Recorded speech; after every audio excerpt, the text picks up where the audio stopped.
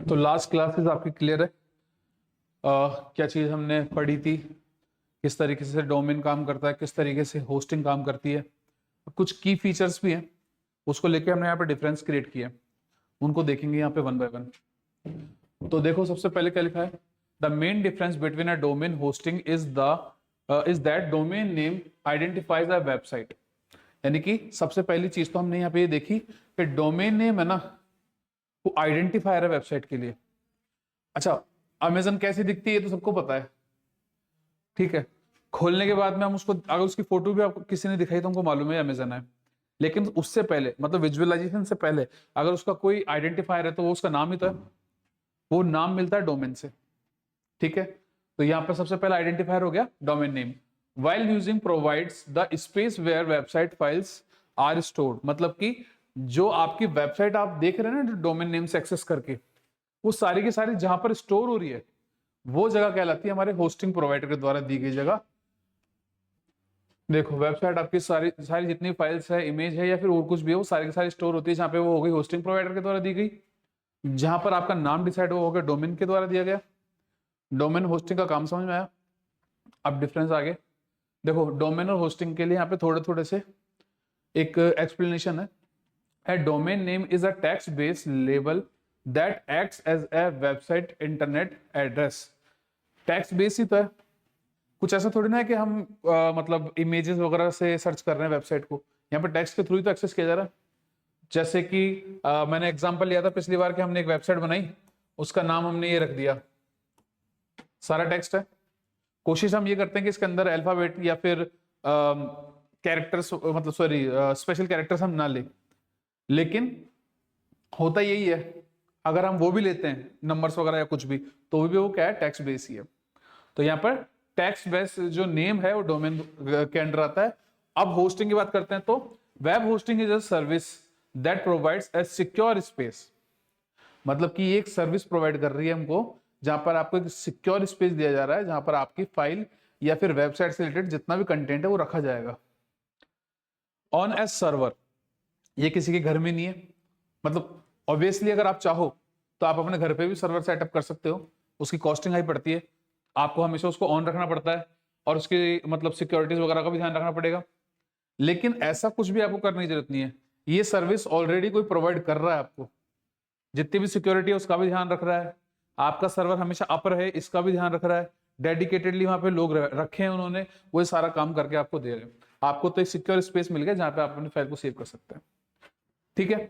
Website files, जैसे कि files वगैरह, इमेजेस वगैरह जो भी कुछ है आप यही रखेंगे, such as images, video, text and code, ठीक है। When a visitor accesses a website domain name, the hosting provider transfer the website's file to the visitor's web browser।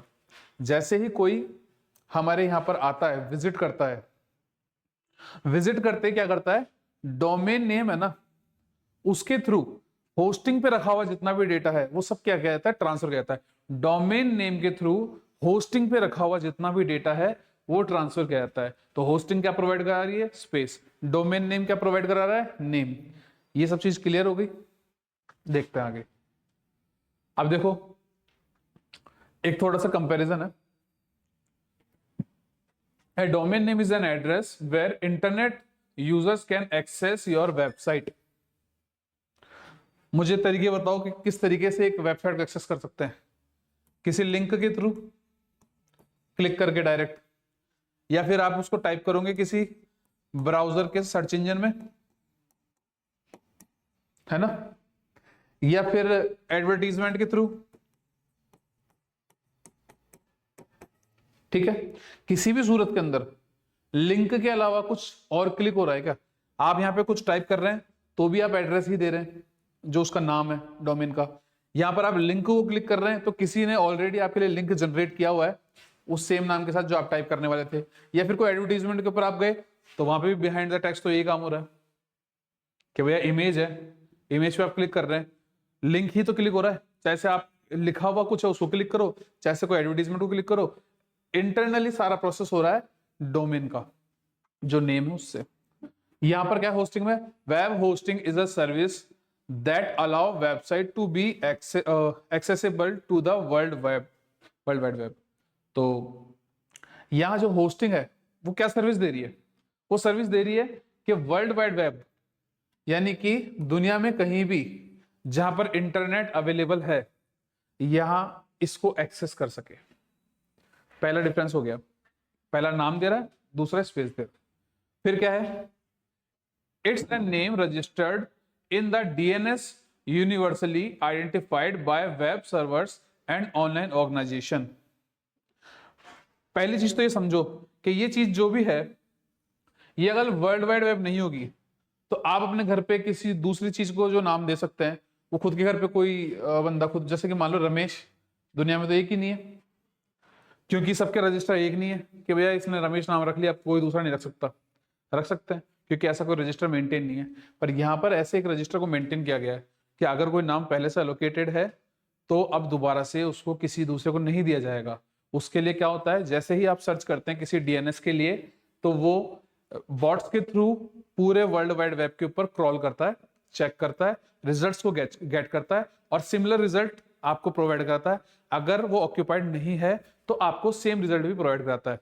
यहाँ पर आपको प्राइजेस दी जाती है कि भैया आपके पास ये ऑप्शन है और इनके प्राइजेस लगेंगे। जैसे कि कल हमने सर्च किया था अमेजन के बारे में, अमेजन के बारे में जैसे ही हमने सर्च किया तो सिमिलर टाइप का रिजल्ट आया जिसके पैसे थे 13 लाख रुपए एक डोमेन को खरीदने के। क्यों? क्योंकि अमेजन को खुद ने इतना पॉपुलर बना लिया कि अब उसके जैसे सिमिलर नाम के भी पैसे ही उतने ही वर्थ इट हो गए, क्योंकि आपको अब क्या करना नहीं पड़ेगा, पब्लिसिटी नहीं करनी पड़ेगी, एसईओ नहीं करना पड़ेगा, तो उस नाम के इतने पैसे लिए जा रहे हैं। वरना उसी वेबसाइट के ऊपर दूसरे नाम के 1 रुपए भी लिए जा रहे थे। ठीक है। दूसरा क्या है? Web hosting is having space online to house your website and serve visitors who come looking. यानी कि ऑनलाइन है ना एक स्पेस है जो विजिटर्स आ रहे हैं ना उसको सर्व करने के लिए, जो कुछ देख रहा है ना वो उसको हमेशा अवेलेबल रहे, जो कुछ भी वो देखने आया है उसको हमेशा अवेलेबल रहे, ऐसा ये सर्विस प्रोवाइड करती है ऑनलाइन स्पेस के थ्रू। ठीक है। नेक्स्ट क्या है? A domain represent an internet protocol address and URL to find a website on the internet. जितनी भी सर्विसेज हैं उसको हम है ना किसी प्रोटोकॉल के थ्रू एक्सेस कर पा रहे हैं। जैसे आपने वेबसाइट्स वगैरह देखी होगी, स्टार्टिंग में HTTP लगा होता है, HTTPS भी लगा होता है। उसके अलावा किसी ने कुछ देखा क्या? चेक करेगा आज कि और कुछ भी होता है क्या?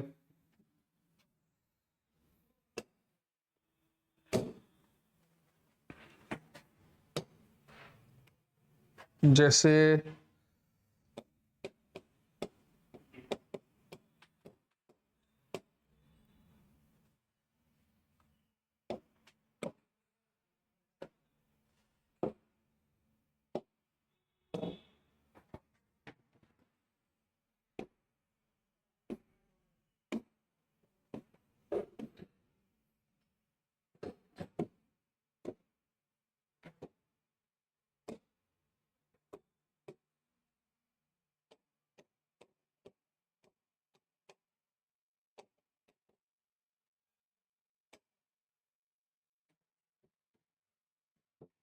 देखो ये जो मैंने बताया ना फाइल टाइप PDF, अगर मैं ये नहीं लगाता तो क्या होता, यहां पर जो अपने ये प्रोटोकॉल दिखा ना HTTPS, इसको मतलब ऐसी वेबसाइट्स को प्रोवाइड कराता जहां पर डायरेक्ट आपके है ना फाइल्स वो एक्सेस होती है। यानी प्रोटोकॉल कौन सा होता? फाइल। जैसा अगर मैं मेरे लोकल के ऊपर कोई खोलूं web page, desktop, digital marketing और ये रहा, इसको मैं ब्राउजर पे खोलता हूं।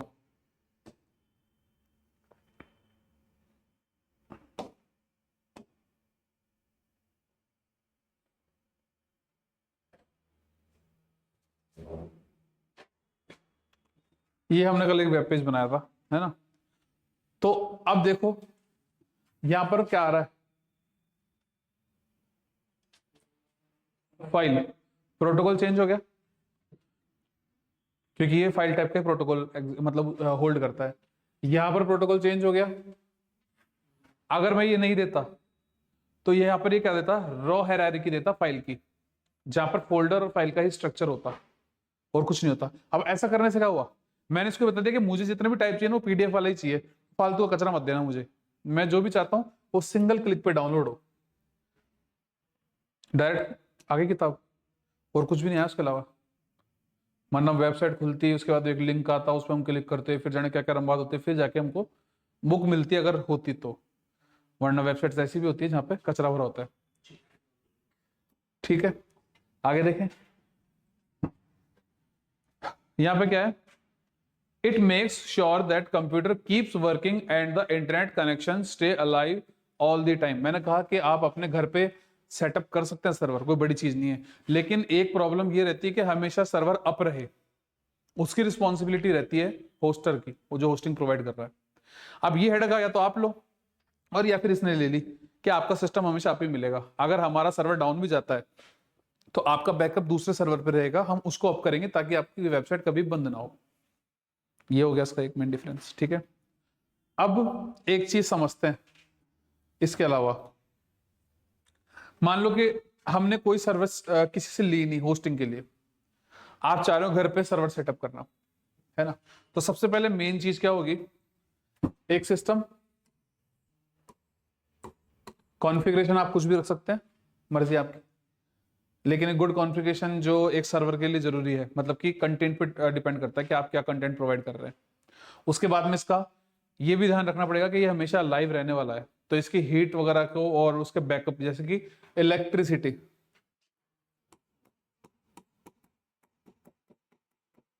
पहली चीज ध्यान रखनी पड़ेगी ताकि हमेशा बंद चल रही है। दूसरी क्या रहेगी, इंटरनेट,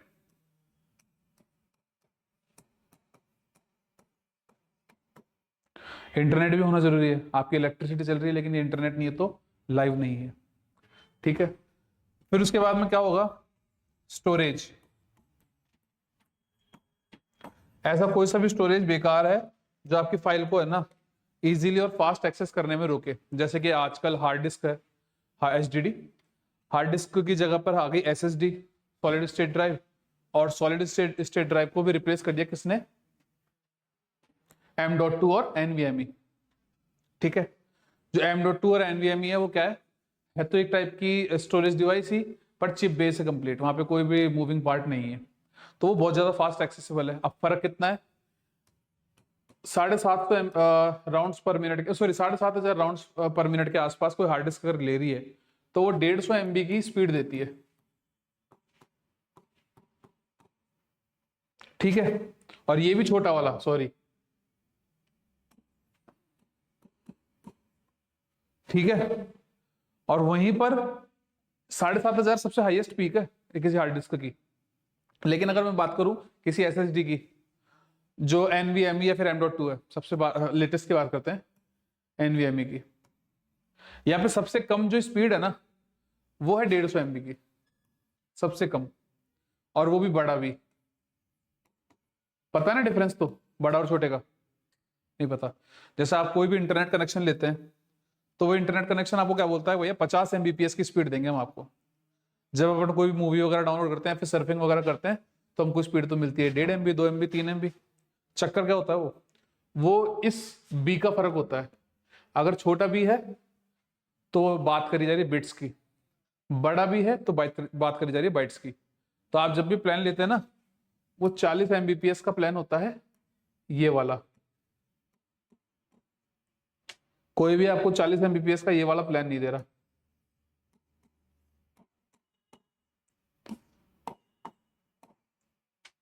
अब फर्क क्या हो गया, इस 40 MBPS को है ना 8 से डिवाइड करेंगे अपन, क्योंकि बिट और बाइट के अंदर जो डिफरेंस है ना वो यही है, बिट 8 मिलेगी तब जाके एक बाइट बनेगी। 40 के अंदर 8 का भाग दो, ये स्पीड है आपकी जो आपको घर में प्रोवाइड की जा रही है 5 MBPS, ये वाला। अब 5 MBPS की स्पीड है, आप डाउनलोड कर रहे हो तो कभी 3 आ रही है कभी 4 आ रही है, चलता है इतना तो, जो कह रहे हैं उसके अप्रोक्सीमेट तो है कम से कम। तो ये है तुम्हारे साथ खेल जो वो करते हैं। ठीक है, अब वैसा ही यहां पर फर्क क्या है, 8 गुना तो यही फर्क हो गया, ठीक है। उसके बाद में गेमिंग एनवीएमई आती है ना, जो जो गेम खेलते हैं ना अपन, उसके लिए हाई एफपीएस की जरूरत होती है।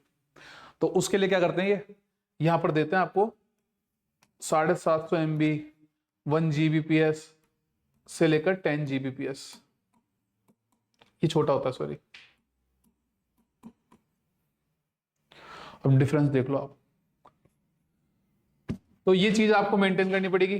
फर्क कितना हो जाएगा, फर्क इतना हो जाएगा कि ये अगर हार्ड डिस्क आपकी आ रही 1000 रुपए के अंदर 2 TB की, तो वहां पे एसएसडी आ रही है आपके पास में 128 GB की।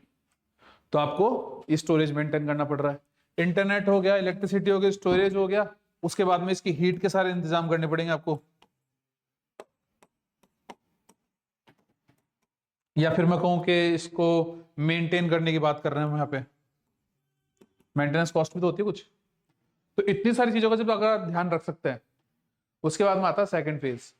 यहां पर आपको सर्वर सेट करने के लिए एक ऐसा ऑपरेटिंग सिस्टम डालना पड़ता है। ऑपरेटिंग सिस्टम यहाँ पे विंडो का या फिर लिनक्स का या फिर आपके मैक ओएस का नहीं चलता, यहाँ पे सर्वर की विंडोज अलग आती है।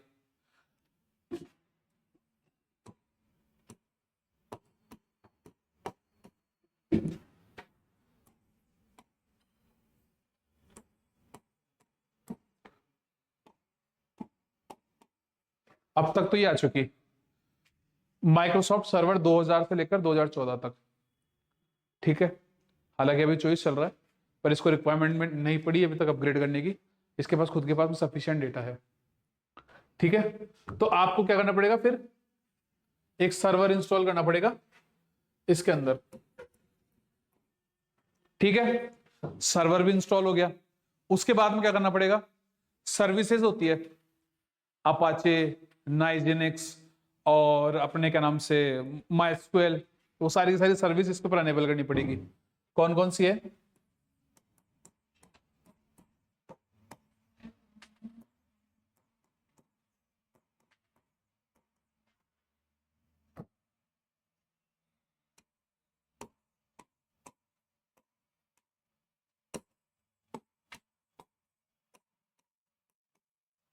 और भी बहुत सारी है। ये डेटाबेस से रिलेटेड काम करेगी, ये आपका पीएचपी, ये सर्वर की कॉन्फ़िगरेशंस, ऐसे करके बहुत सारी आपके पास में सेटिंग्स होगी। उन सेटिंगों को सारे को मेंटेन करना पड़ेगा सर्वर के ऊपर। पहले इसमें सर्वर डाला, उसके बाद में सारी सारी सेटिंग्स डाली। अब आपके पास में एक फोल्डर की जगह स्पेस मिल गया। जो स्पेस आपको स्टार्टिंग में मिल रहा था ना, वो स्पेस अब आपको यहाँ मिल गया। अब उस स्पेस के अंदर आप जितना भी कंटेंट डालना चाहते हो आपके वेबसाइट से रिलेटेड, वो यहाँ डलेगा।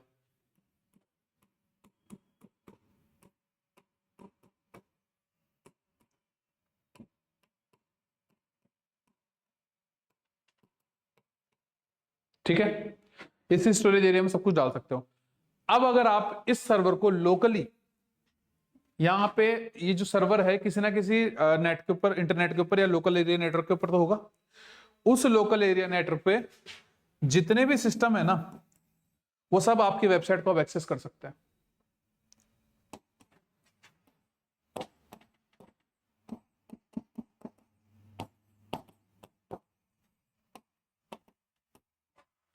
यहां पर एक्सेसिबल है, लेकिन अभी भी क्या इश्यू है, अभी भी आप इसको वर्ल्ड वाइड वेब एक्सेस नहीं कर सकते।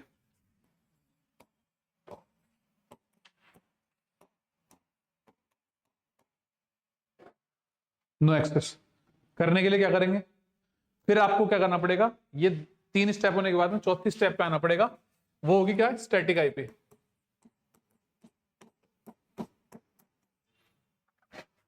ये कौन प्रोवाइड कराएगा,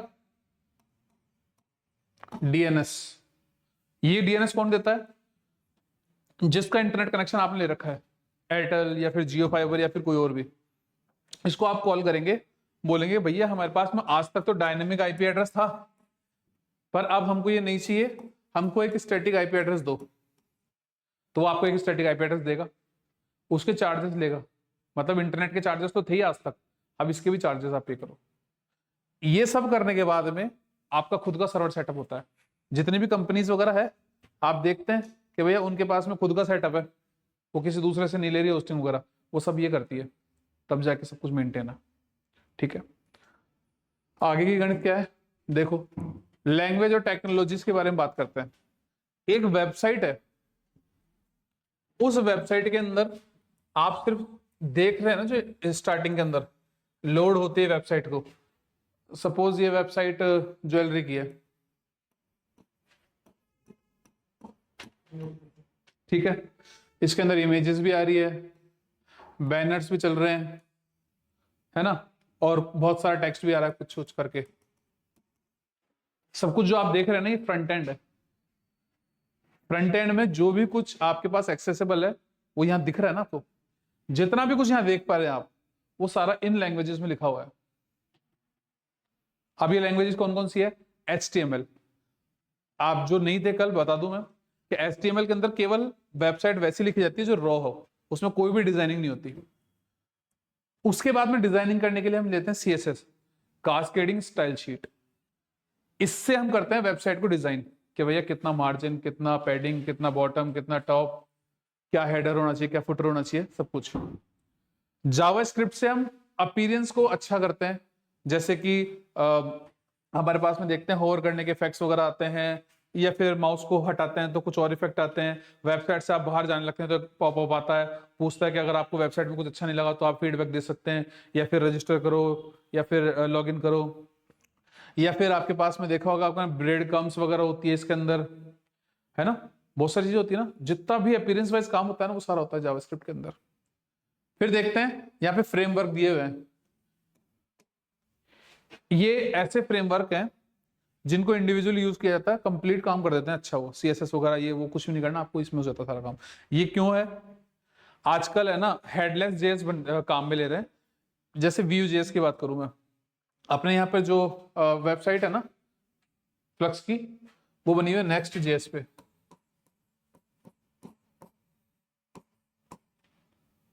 ठीक है, Vue.js, Next.js या फिर और भी कुछ सिमिलर जो होती है ना, वो क्यों होती है? एक तो कॉम्प्लेक्सिटी कम कर दी उन्होंने। कई चीजें थी जो आपको बार बार राइट करनी पड़ती थी, अब वो राइट नहीं करनी आपको, सारा का सारा इनके अंदर है। कुछ कोड है जो आपको अपेंड करना है अपने, और आप उसको काम में ले सकते हैं। फिर दूसरी चीज क्या दे दी उन्होंने? हेडलेस कर दिया, बार बार लोडिंग नहीं होगी। अब एक बार लोड होगी पूरी वेबसाइट, अब यूजर को ऐसा एक्सपीरियंस आएगा जैसे वो जो भी क्लिक कर रहा है वो उनके खुद के कंप्यूटर पे एग्जिस्ट कर रहा है, कुछ भी लोड नहीं हो रहा। जैसे मोबाइल की एप्लीकेशन होती है, क्लिक करते ही सब कुछ लोड होने लगता है। ठीक है, अब बात करते हैं बैकएंड की। तो आपने जितनी भी वेबसाइट को देखा, यहां से देखा, हकीकत में पीछे क्या चल रहा है आपको कुछ नहीं पता। यहां पर एक बटन है सबमिट का,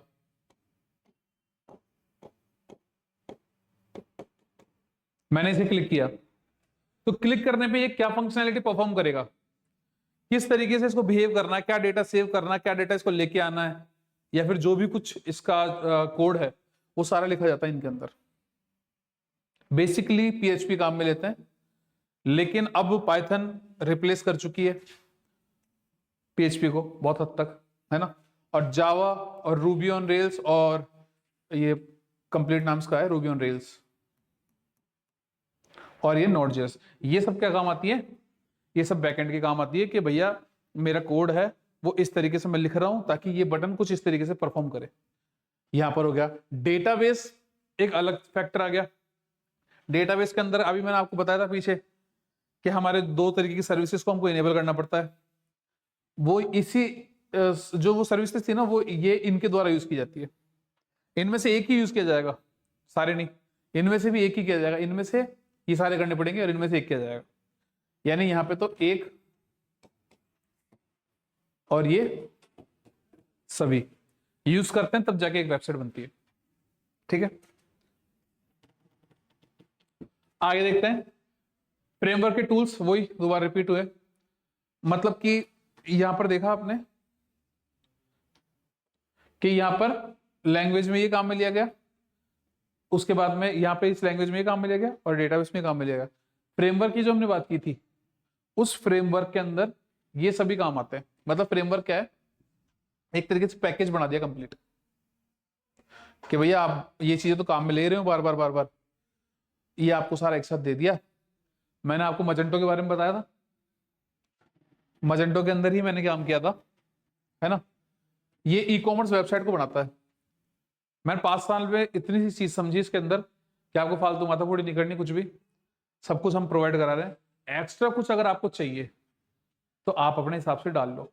अब ये क्या क्या दे रहा है तो मजेंटो नाम छोटा सा, इस मजेंटो के अंदर क्या क्या था, इसमें HTML, CSS, जावास्क्रिप्ट, इसके अलावा ये तो सारे के सारे नॉर्मल वो हो गए जो हम सब जानते हैं, रिएक्ट ये नया इसने ऐड कर दिया। अब जावा, PHP, पहले ये काम करता था, PHP पे, अब इसने बोल दिया मैं जावा भी रखता हूं साथ में। जो मैंने आपको सेल्स फोर्स दिखाया था ना, वो भी जावा पे काम करता है। तो मतलब इसने बंडल बना लिया कंप्लीट फ्रेमवर्क का, ये उसके ऊपर काम कर रहा है। तो ई कॉमर्स के अंदर ये 3 एग्जांपल है। फ्रंट एंड के अंदर हमारे पास में ये हो गए सारी सारी जेएस, ये सारी जेएस है, react JS, angular JS, Vue JS और नेक्स्ट जेएस। अभी बताया था मैंने आपको, अपनी वेबसाइट भी इसी बनी हुई है, ठीक है। उसके बाद के अंदर हमारे पास बैकएंड आ गया, CMS आ गया, सब एक एक नाम है और ये सभी नाम आप अपने आप के अंदर एक एक करियर है, तो कोई सब एक पकड़ लेना, सब में बहुत पैसा है। फ्रंट एंड और बैक एंड के अंदर difference, front end refers to the client side of application. Client कौन है, जो इस कंप्यूटर पे बैठ के कुछ एक्सेस करना चाह रहा है, इसीलिए इसको क्लाइंट मशीन भी बोलते हैं। ध्यान है, पढ़ते थे पहले बचपन में अपन, क्लाइंट मशीन, सर्वर मशीन।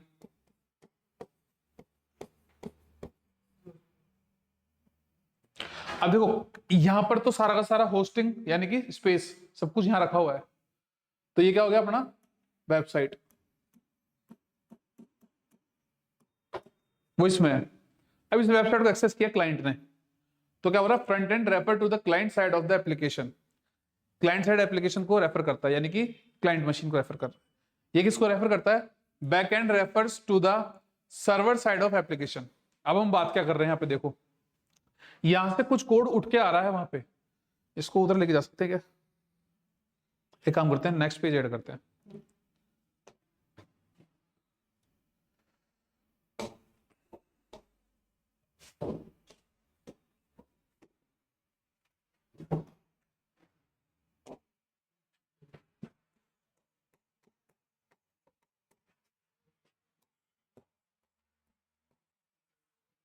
ठीक है, यहां पर आपकी वेबसाइट रखी हुई है,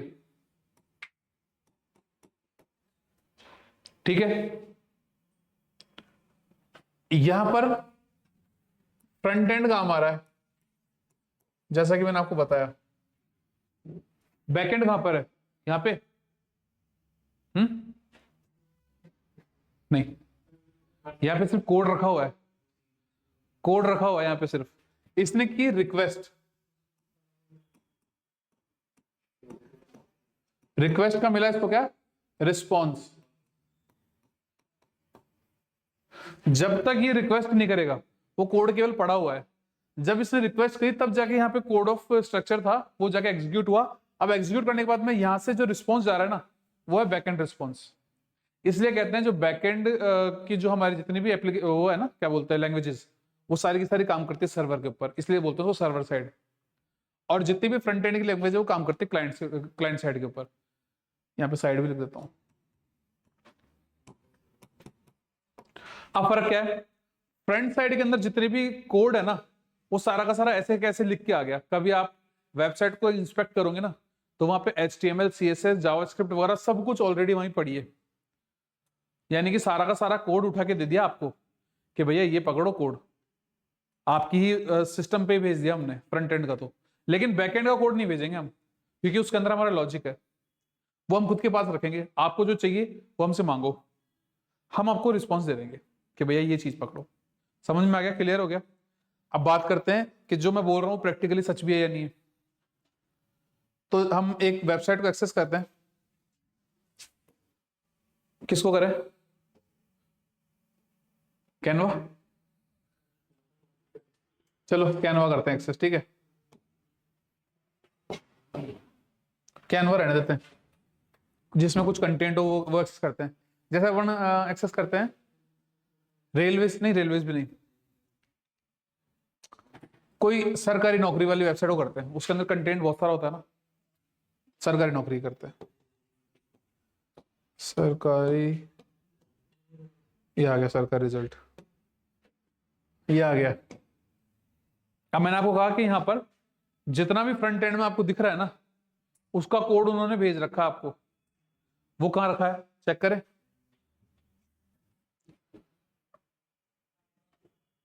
इंस्पेक्ट करेंगे, ये देखो, ये HTML का पूरा कोड है, पूरी वेबसाइट रेंडर कर रखी इन्होंने। अब आप बोलोगे यार इसमें CSS तो है ही नहीं, क्योंकि मैंने कहा ना CSS भी यहीं पर होती है, जावास्क्रिप्ट भी यहीं पर होती है। तो देखो हेड, अरे खुल जा दादा, हाँ ये देखो, CSS को लिंक के थ्रू यहां पर एक्सेस किया गया है, यानी CSS की एक अलग फाइल बनाई हुई थी, सारा का सारा कोड उसमें डाल रखा है, इसलिए वो डायरेक्ट यहां नहीं दिखा। अगर आप इस पर क्लिक करते हो,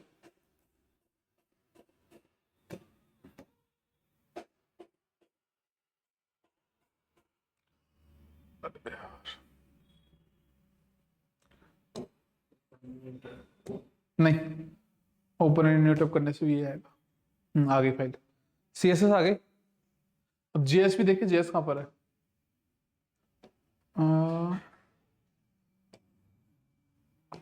ये देखो स्टाइल जो है ना, ये आपकी CSS है पूरी, और जो स्क्रिप्ट होगी ना वो आपकी JS होगी। इसको बंद कर देते हैं वरना चलते रहना पड़ेगा, मेरे को ऐसा लग रहा है।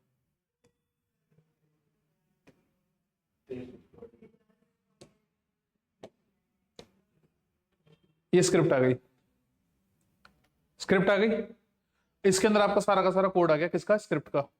वो इसको भी आप ओपन कर सकते हैं, नहीं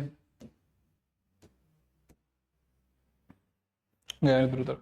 चलो खैर, ये तो बात हो गई आपकी फ्रंट एंड लैंग्वेजेस की। अब मैंने बात करा कि जैसे ही आप बैक एंड लैंग्वेजेस को एक्सेस करना चाहोगे, तो ये क्या करता है, रिस्पॉन्स और रिक्वेस्ट वाला काम करता है। वो देखें, नेटवर्क टाइप पे आ जाता है और ऑल पे सेट रखते हैं, मतलब JS देखनी क्या देखनी उस पर डिपेंड करता है। यहाँ पे ये कुछ आ रही है, और हमारे पास रिकॉर्डिंग का ऑप्शन है। रिकॉर्डिंग करना चाहो तो मतलब कि क्या होता है कि जैसे कि डिबगिंग करते हैं ना अपन, उस टाइम पर रिकॉर्डिंग ऑन कर देते हैं, सारी सारी फाइल्स आती है, उनका किस रिक्वेस्ट पे क्या रिस्पॉन्स आया, ये सारा रिकॉर्ड होता है, सारे की लिस्टिंग होती है। हम उसको एक एक को चेक कर सकते हैं, रोक सकते हैं, वहां पे ऑप्शन आता है।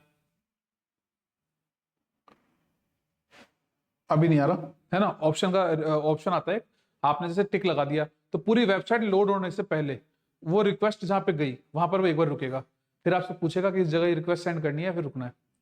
तो इससे क्या करते हो, आप कोड को ब्रेक करते हो अलग अलग टुकड़ों में, वो यहीं से होता है। अब देखते हैं कि हमने रिक्वेस्ट की, वो यहाँ पर आती है क्या, और वो रिस्पॉन्स जिसकी हम बात कर रहे हैं वो भी यहाँ आता है क्या, क्योंकि बैकएंड लैंग्वेज तो आ नहीं रही यहाँ पे। अब मैं रिक्वेस्ट कर रहा हूं इस लिंक के लिए, क्योंकि इसका कुछ भी नहीं है मेरे पास, मैंने इस पर क्लिक करा, यार वो क्यों बंद हो गया।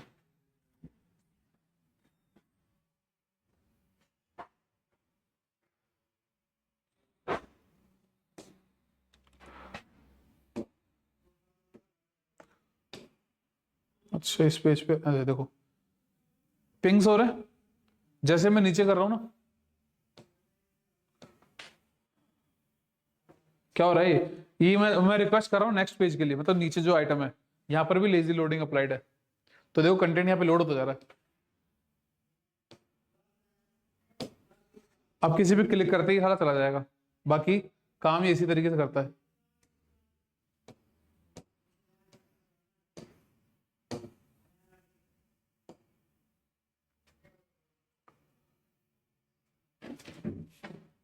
तो रिस्पॉन्स दिखा आपको, रिक्वेस्ट दिखी, लेकिन उसका कोड नहीं दिखा, क्योंकि कोड अपने पास में नहीं है।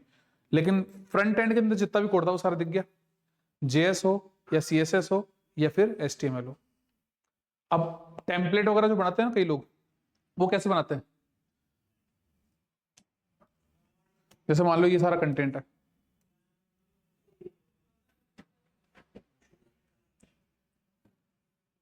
इंस्पेक्ट किया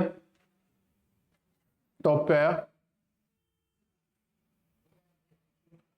एडिट, पूरा पूरा आ गया, सिलेक्ट ऑल, कॉपी। मैंने पूरा पूरा HTML CSS और जावास्क्रिप्ट ले लिया। अब मैं इसको कहीं दूसरी जगह डालता हूं, ये चेक करने के लिए क्या ये चलेगा क्या। ये अपनी वेबसाइट थी ना, अगर मैं इस कोड को उठा के अपनी वेबसाइट पर डाल दूं तो वही काम करनी चाहिए जो यहां पे डाल के करूंगा अभी मैं। ठीक है, चेक करते हैं। ये हमारा एस्टिमेट है, अपना कोड चला जाएगा, वो बात अलग है, पर इसको रिप्लेस करते हैं एक बार के लिए।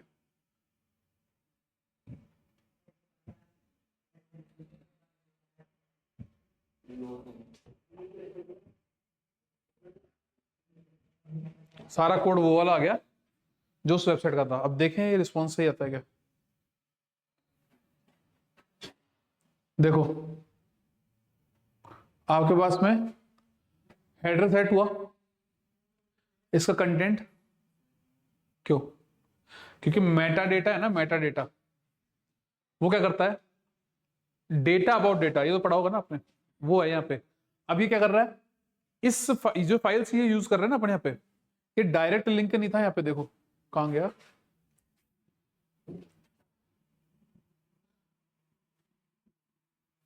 ये मेटा मेटा लिख रहा है ना, यहां पे डायरेक्ट लिंक नहीं किसी का भी।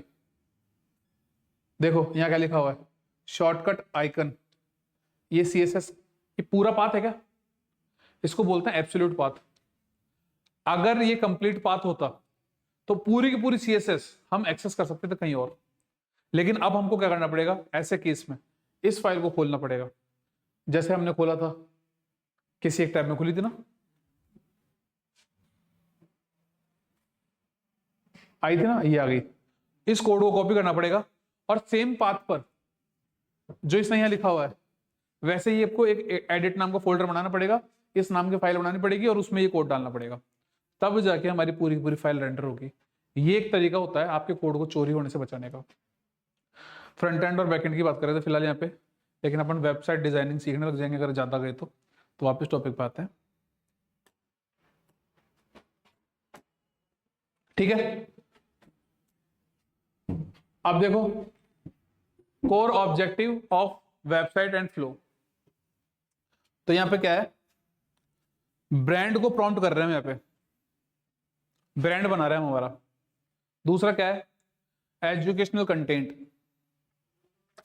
मतलब कि वेबसाइट है ना, उसको उसका जो फ्लो है ना उसकी बात कर रहे हैं, वो किस तरीके से होना चाहिए, कैसा होना चाहिए। मतलब कि पहले हमने क्या करा, ब्रांड और प्रोडक्ट को बनाया, उसको बनाया, फिर उसके बाद में हमने कुछ एजुकेशन कंटेंट दिया। अब एजुकेशन कंटेंट क्या होता है, पढ़ाई की बातें थोड़ी ना हो रही है पे, वो सब चीजें जो किसी को इंटरेक्टिव वे के अंदर हमसे जोड़े रखे, वो है यहाँ पे ये बात। ठीक है, उसके बाद में क्या है हमारे पास में, ऑनलाइन ट्रांजेक्शन्स, अगर ई कॉमर्स वेबसाइट है तो ये चीज भी होगी। मतलब आपको स्टेप बाय स्टेप चल रहे हैं, डायरेक्ट आपको यहाँ पे आके काम नहीं करना इसके लिए, पहले आपने प्रोडक्ट तो सेट ही नहीं करा, ब्रांड तो सेट ही नहीं करा, आप डायरेक्ट यहाँ पे आके इसके बारे में बात नहीं कर सकते, फ्लो तो इसी तरीके से चलेगा। लास्ट में क्या है हमारे पास में, सपोर्ट एंड रिसोर्सेज।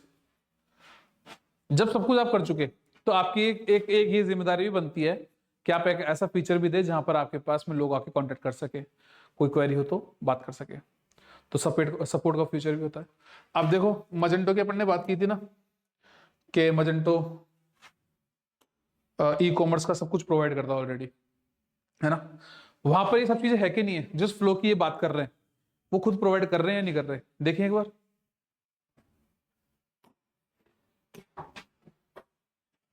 यहीं पे इतना सा लिखना मजेंटो डेमो, ठीक है।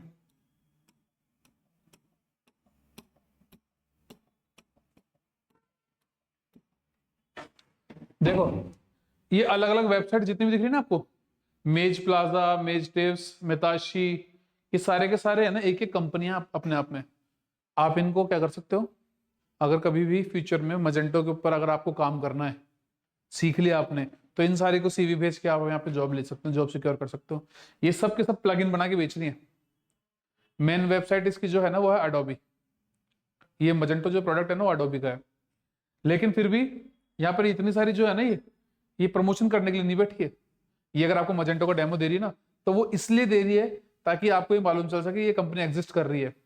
मैंने बताया था ना आपको मार्केटिंग का देख कि आप दूसरे को प्रॉफिट दो फिर आप खुद का प्रॉफिट करा सकते हो। तो ये आपको प्रॉफिट दे रही है फिलहाल डेमो देके, लेकिन अब इसके साथ में ये क्या कर रही है कि भैया हमने आपको बता दिया कि इसका डेमो हमारे पास अवेलेबल है, साथ में हमने उसके अंदर अपने अपने जितने प्लगइन्स हमने बनाए वो प्लगइन भी डाल रखे, तो आप चाहो तो प्लगइन भी देख लेना। ये सारे प्लगइन्स है इसके। ये देखो 2 डेमो अवेलेबल है, एक तो बैक एंड एक फ्रंट एंड, दोनों को एक्सेस कर लेते हैं। अभी मैंने बताया था जेएस के बारे में कुछ, जैसे आप साइट को लीव करने लगते हैं वो एक प्रॉम्प्ट मैसेज देता है, तो जैसे ही दूसरा पेज खुला ना इसको लगा कि अपन जा रहे हैं तो इसने एक प्रॉम्प्ट मैसेज भेज दिया।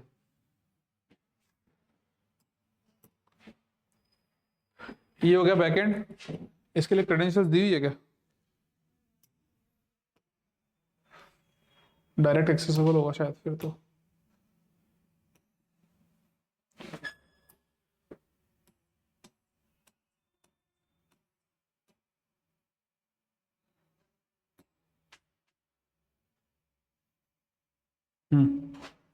देखो मैंने बोला आपको कि लोड हो जाए यार,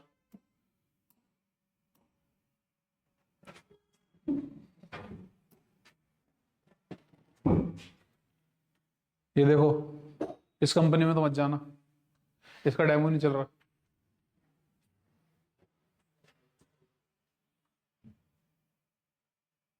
चले जाना सही है, ठीक है। तो देखो मैंने आपको बताया कि ये आपको ई कॉमर्स का एक बेसिक प्लेटफॉर्म देती है कि भैया ये जो चीजें है ना रिक्वायर्ड है वो चीजें तो हम दे रहे हैं, इसके अलावा अगर आपको कुछ चाहिए तो आप प्लगइन वगैरह जो ये प्रोवाइड करा रहे हैं जैसे मेज प्लाजा, मित्सुबिशी है ना, और सनार्क, रेनोसिस वगैरह ऐसी कंपनियां, वहां से परचेज कर लो या फिर उनसे कांटेक्ट करके अपने हिसाब से मॉडिफाई करके बनवा लो। हम क्या क्या दे रहे हैं, हम दे रहे हैं आपको सारे के सारे ड्रॉप डाउन मेगा मेन्यूज के रूप में। अब देखो यहाँ पे इस तरीके से अगर आप अपनी वेबसाइट बनाते हो तो ये चीज आपको इस तरीके से दिखने वाली है, ठीक है। ये मेगा मेन्यू हो गया, ये होम पेज है आपका, यहाँ पे आपका ब्रांड का नाम आएगा, वहां पे आपका लोगो आएगा ब्रांड का। ये सारा आपका बैनर है स्टार्टिंग के अंदर।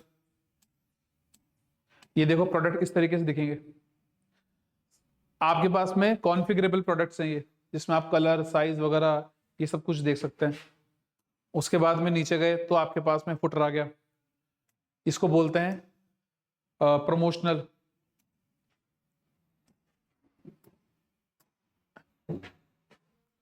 ये हो गया पीएलपी, प्रोडक्ट लिस्टिंग पेज, जिसकी बात कर रहे थे ना अपन कल, ये है पीएलपी। फिर उसके बाद में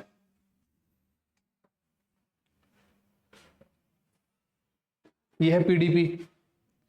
अब तुम ये देख लो यहाँ पे जितना भी कुछ लिखा हुआ है ना, ये हकीकत में बेच कुछ भी नहीं रहे, ये पैसा वैसा जो तुमको दिख रहा है ना सब, ये केवल डेमो दिखा रहे हैं कि हम ऐसा आपको दे देंगे स्टार्टिंग के अंदर ही फ्री में, बाद में आपके लगेंगे पैसे जब आप उनसे प्लगइन्स खरीदोगे। तो इतनी वेबसाइट तो आपको बनी बनाई फ्री में मिल रही है, ठीक है। ये ऐड टू कार्ट कर लो, यहाँ से रिव्यूज चेक कर लो। मैंने आपको बताया था क्रॉस सेल अपसेल है ना, ये है अपसेल, सिमिलर टाइप का प्रोडक्ट। अब क्रॉस सेल क्या देखें, ये करा ऐड टू कार्ट, ये इन्होंने कार्ट के अंदर प्रोडक्ट ऐड कर दिया, यहाँ पे चेक करें। ये देखो 1 पेज चेकआउट है, यहाँ पे एक ही पेज के अंदर शिपिंग की इंफॉर्मेशन भी है, ऑर्डर की इंफॉर्मेशन भी है, और आप पेमेंट की इंफॉर्मेशन भी देख सकते हैं यहाँ पे। ये प्लेस कर दो ऑर्डर एक ही सिंगल पेज पे। अब इन्होंने यहाँ पे सेट नहीं कर रखा, बाकी अप स्केलिंग प्रोडक्ट्स यहाँ पर आते हैं कि भैया क्रॉस सेल और अपसेल के प्रोडक्ट ये भी हैं, सिमिलर टाइप के हैं, अगर आप देखना चाहो तो यहाँ से बाय कर सकते हो, समझ गए। उसके बाद में क्या ऑब्जेक्टिव्स के अंदर आपकी ऑनलाइन प्रेजेंस बन रही है, पहली चीज सबसे बड़ी बात। ऑफलाइन तो आप एग्जिस्ट करते थे, अब आप ऑनलाइन भी एग्जिस्ट करते हैं वेबसाइट्स के थ्रू।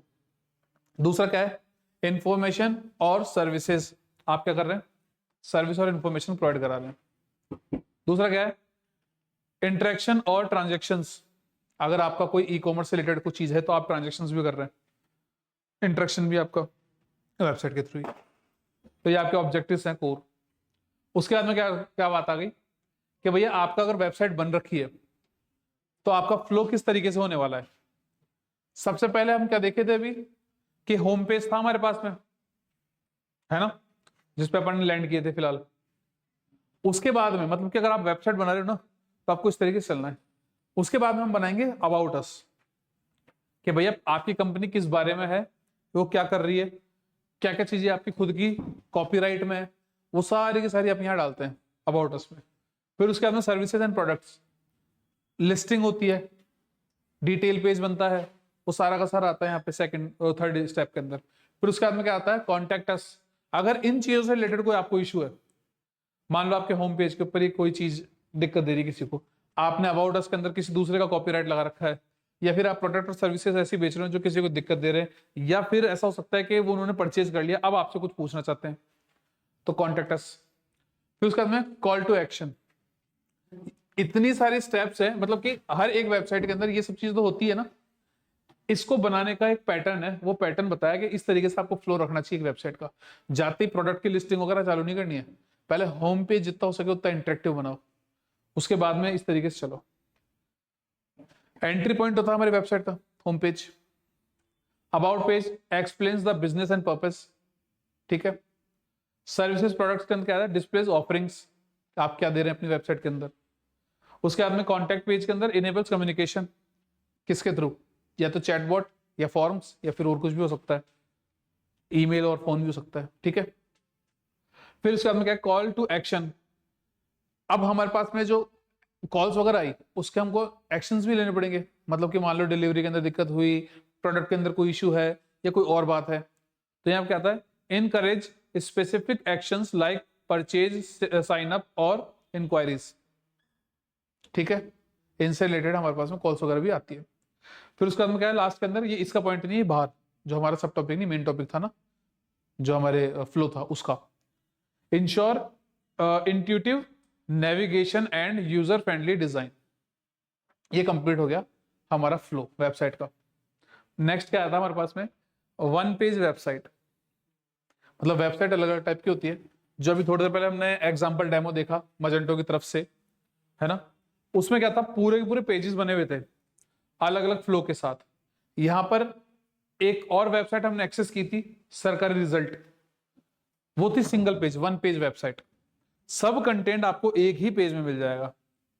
अगर आप किसी लिंक पे, मतलब कि उसमें तो फिलहाल कह सकते हैं कि वो वन पेज नहीं थी, क्योंकि उस पर क्लिक कर रहे हैं तो कहीं दूसरी जगह भी रिडायरेक्ट हो रहे हो, लेकिन यहाँ पे क्या होता है कि उसी वेबसाइट के अंदर कोई एक पोर्शन बनाया हुआ उस लिंक के लिए, आप उस जगह पहुंच जाते हैं। लिंक इंटरलिंक भी होता है और इंट्रालिंक भी होता है। इंटरलिंक क्या होते हैं, उसी वेबसाइट में कहीं किसी लोकेशन पे किसी पॉइंट पे पहुंचाने का काम, और इंटरलोकेशन के अंदर किसी दूसरी पेज के ऊपर या दूसरी वेबसाइट के ऊपर पहुंचा जा सकता है। डेफिनेशन क्या है, a single page website where all content is present on one page navigated via scroll and anchor links. यानी कि आप जितना भी वन पेज का जो मतलब वेबसाइट है उसको एक्सेस करने के लिए या तो स्क्रॉल करेंगे, नीचे चलते चलो चलो सब कुछ एक्सेस हो जाएगा, या फिर वहां पे स्टार्टिंग में लिखा हुआ है अबाउट अस पे जाना है तो इस पे क्लिक कर दो, आपने क्लिक किया और अबाउट अस पे डायरेक्ट वो नीचे नीचे लेके चला गया आपको। दोनों तरीके से जा सकते थे। उसके बाद में यूजेस क्या है, अगर ऐसी कोई चीज हम बनाना चाहते हैं जैसे कि पोर्टफोलियो हो गया, या फिर किसी प्रोडक्ट का लॉन्च हो गया, इवेंट का प्रमोशन हो गया, या फिर एक लैंडिंग पेज हो गया, ऐसी जगहों पे वन पेज वेबसाइट को स्टैब्लिश किया जाता है। इंडिविजुअल समझाने की जरूरत नहीं, मुझे पता है, सबको पता होगा इस बारे में, पोर्टफोलियो वगैरह सब टाइप की चीजें। एडवांटेजेस क्या क्या है, simplicity and easy to navigate. Simplicity क्यों, आप जाके देखना चाहते हो कि भैया इस नौकरी के अंदर कितनी पोस्ट है, किससे हम इसको अप्लाई कर सकते हैं, क्या फीस है, ये सब चीजें मुझे एक ही जगह मिल जाए ज्यादा अच्छा रहेगा ना। या फिर वो अलग अलग लिंक बना के रखेगा, फीस जाननी हो तो इस पे क्लिक करें, और क्या नाम से अगर पोस्ट जाननी कितनी देर की तो इस पे क्लिक करें, ऐसा तो नहीं होता। तो सिंप्लिसिटी और इजीनेस के लिए इसको यूज करते हैं। Fast loading and better mobile usability. अब फास्ट लोडिंग कैसे, आपका सारा का सारा कंटेंट एक ही पेज पे आ गया। अब या तो आपने अलग अलग पेजेस को क्रिएट किया होता, तो आपके लिए एक्सेसिबिलिटी थोड़ी हार्ड हो जाती, और वेबसाइट के अलग अलग पेज होने के कारण उनको लोड होने में भी टाइम लगता। और ऐसा तो है नहीं कि छोटी सी वेबसाइट के लिए कोई जेएस वगैरह लगा के उसको थोड़ा सा अच्छा बनाएगा, वो तो बहुत बड़ा जब काम हो जाता है ना, कि बहुत हार्ड वेबसाइट बन चुकी है, बहुत ज्यादा लाइन ऑफ कोड हो चुका है, तब हम लगाते हैं वो जेएस, नेक्स्ट जेएस या फिर व्यू जेएस वगैरह। कॉस्ट इफेक्टिव, कॉस्ट इफेक्टिव कैसे? कॉस्ट इफेक्टिवनेस, जब आप सोचो कि अगर आपके पास में डिफरेंट डिफरेंट पेजेस हैं 50 पेज है लेट सपोज एक वेबसाइट के अंदर, तो आप क्या कर रहे हैं, बार बार उस पेज के लिए, सिंगल सिंगल पेज के लिए पेमेंट कर रहे हैं कि यार लैंडिंग पेज बनाया मैंने, सर मतलब रिजल्ट की बात कर रहा हूँ फिलहाल, है ना, लैंडिंग पेज बनाया मैंने, वहां पर मैंने बताया, एक इन्फॉर्मेशन दी कि भैया ऐसी एक वेबसाइट एग्जिस्ट कर रही है जो आपको सारी इन्फॉर्मेशन दे रही है। फिर जब आप वहां पे पहुंचे तो भैया फीस के लिए इस पे क्लिक करना पड़ रहा है, उसके लिए उस पे क्लिक करना पड़ रहा है, सारों के पेजेस अलग अलग बने, कॉस्ट मेरी बढ़ गई। क्योंकि एक डेवलपर आपसे हर तरीके से चार्ज कर सकता है, पर पेज भी चार्ज करता है, और उसकी जगह पे आपने क्या करा कि भैया मुझे हेडर फुटर बार बार नहीं बनवाना, लाइन ऑफ कोड बढ़ता है, पैसा लगता है, मैं तो सिंगल बार के अंदर सारा कंटेंट एक ही पेज के ऊपर लोड करवाना चाहता हूँ, हो जाएगा, इजी है, पैसा भी नहीं लगेगा, तो आपका कॉस्ट इफेक्टिव भी हो गया ये इसी तरीके से। अब वेबसाइट के अंदर वन पेज को हम समझ चुके हैं, वेबसाइट के अंदर क्या अलग अलग टाइप के, ई कॉमर्स वाला भी एक है, हमने देख चुके ऑलरेडी, कि ओपन करने के लिए पूछता है या फिर सेव करने के लिए पूछता है, नोट नहीं पता होगा शायद, चलो देखते हैं, देखा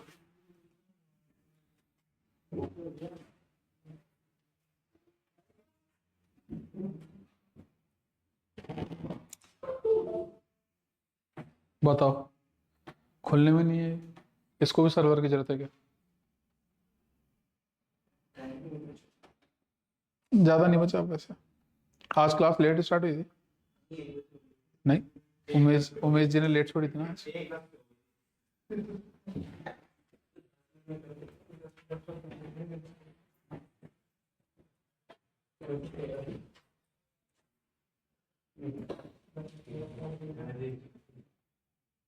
वन पेज वाली देख चुके, डिसएडवांटेज क्या है उसके, less suited for large scale, अगर कोई बड़ी वेबसाइट है उसके ऊपर ये सूट करेगी क्या, वन पेज वाली वेबसाइट, वहीं पे पेमेंट हो गया, वहीं पे आपके सब काम हो गए, और आप सिंगल पेज के ऊपर सारा काम करते रहो, स्क्रॉल करते जाओ, नीचे पहुंचते जाओ, तो ये छोटे कंटेंट टाइप की वेबसाइट्स के लिए अच्छा लगता है।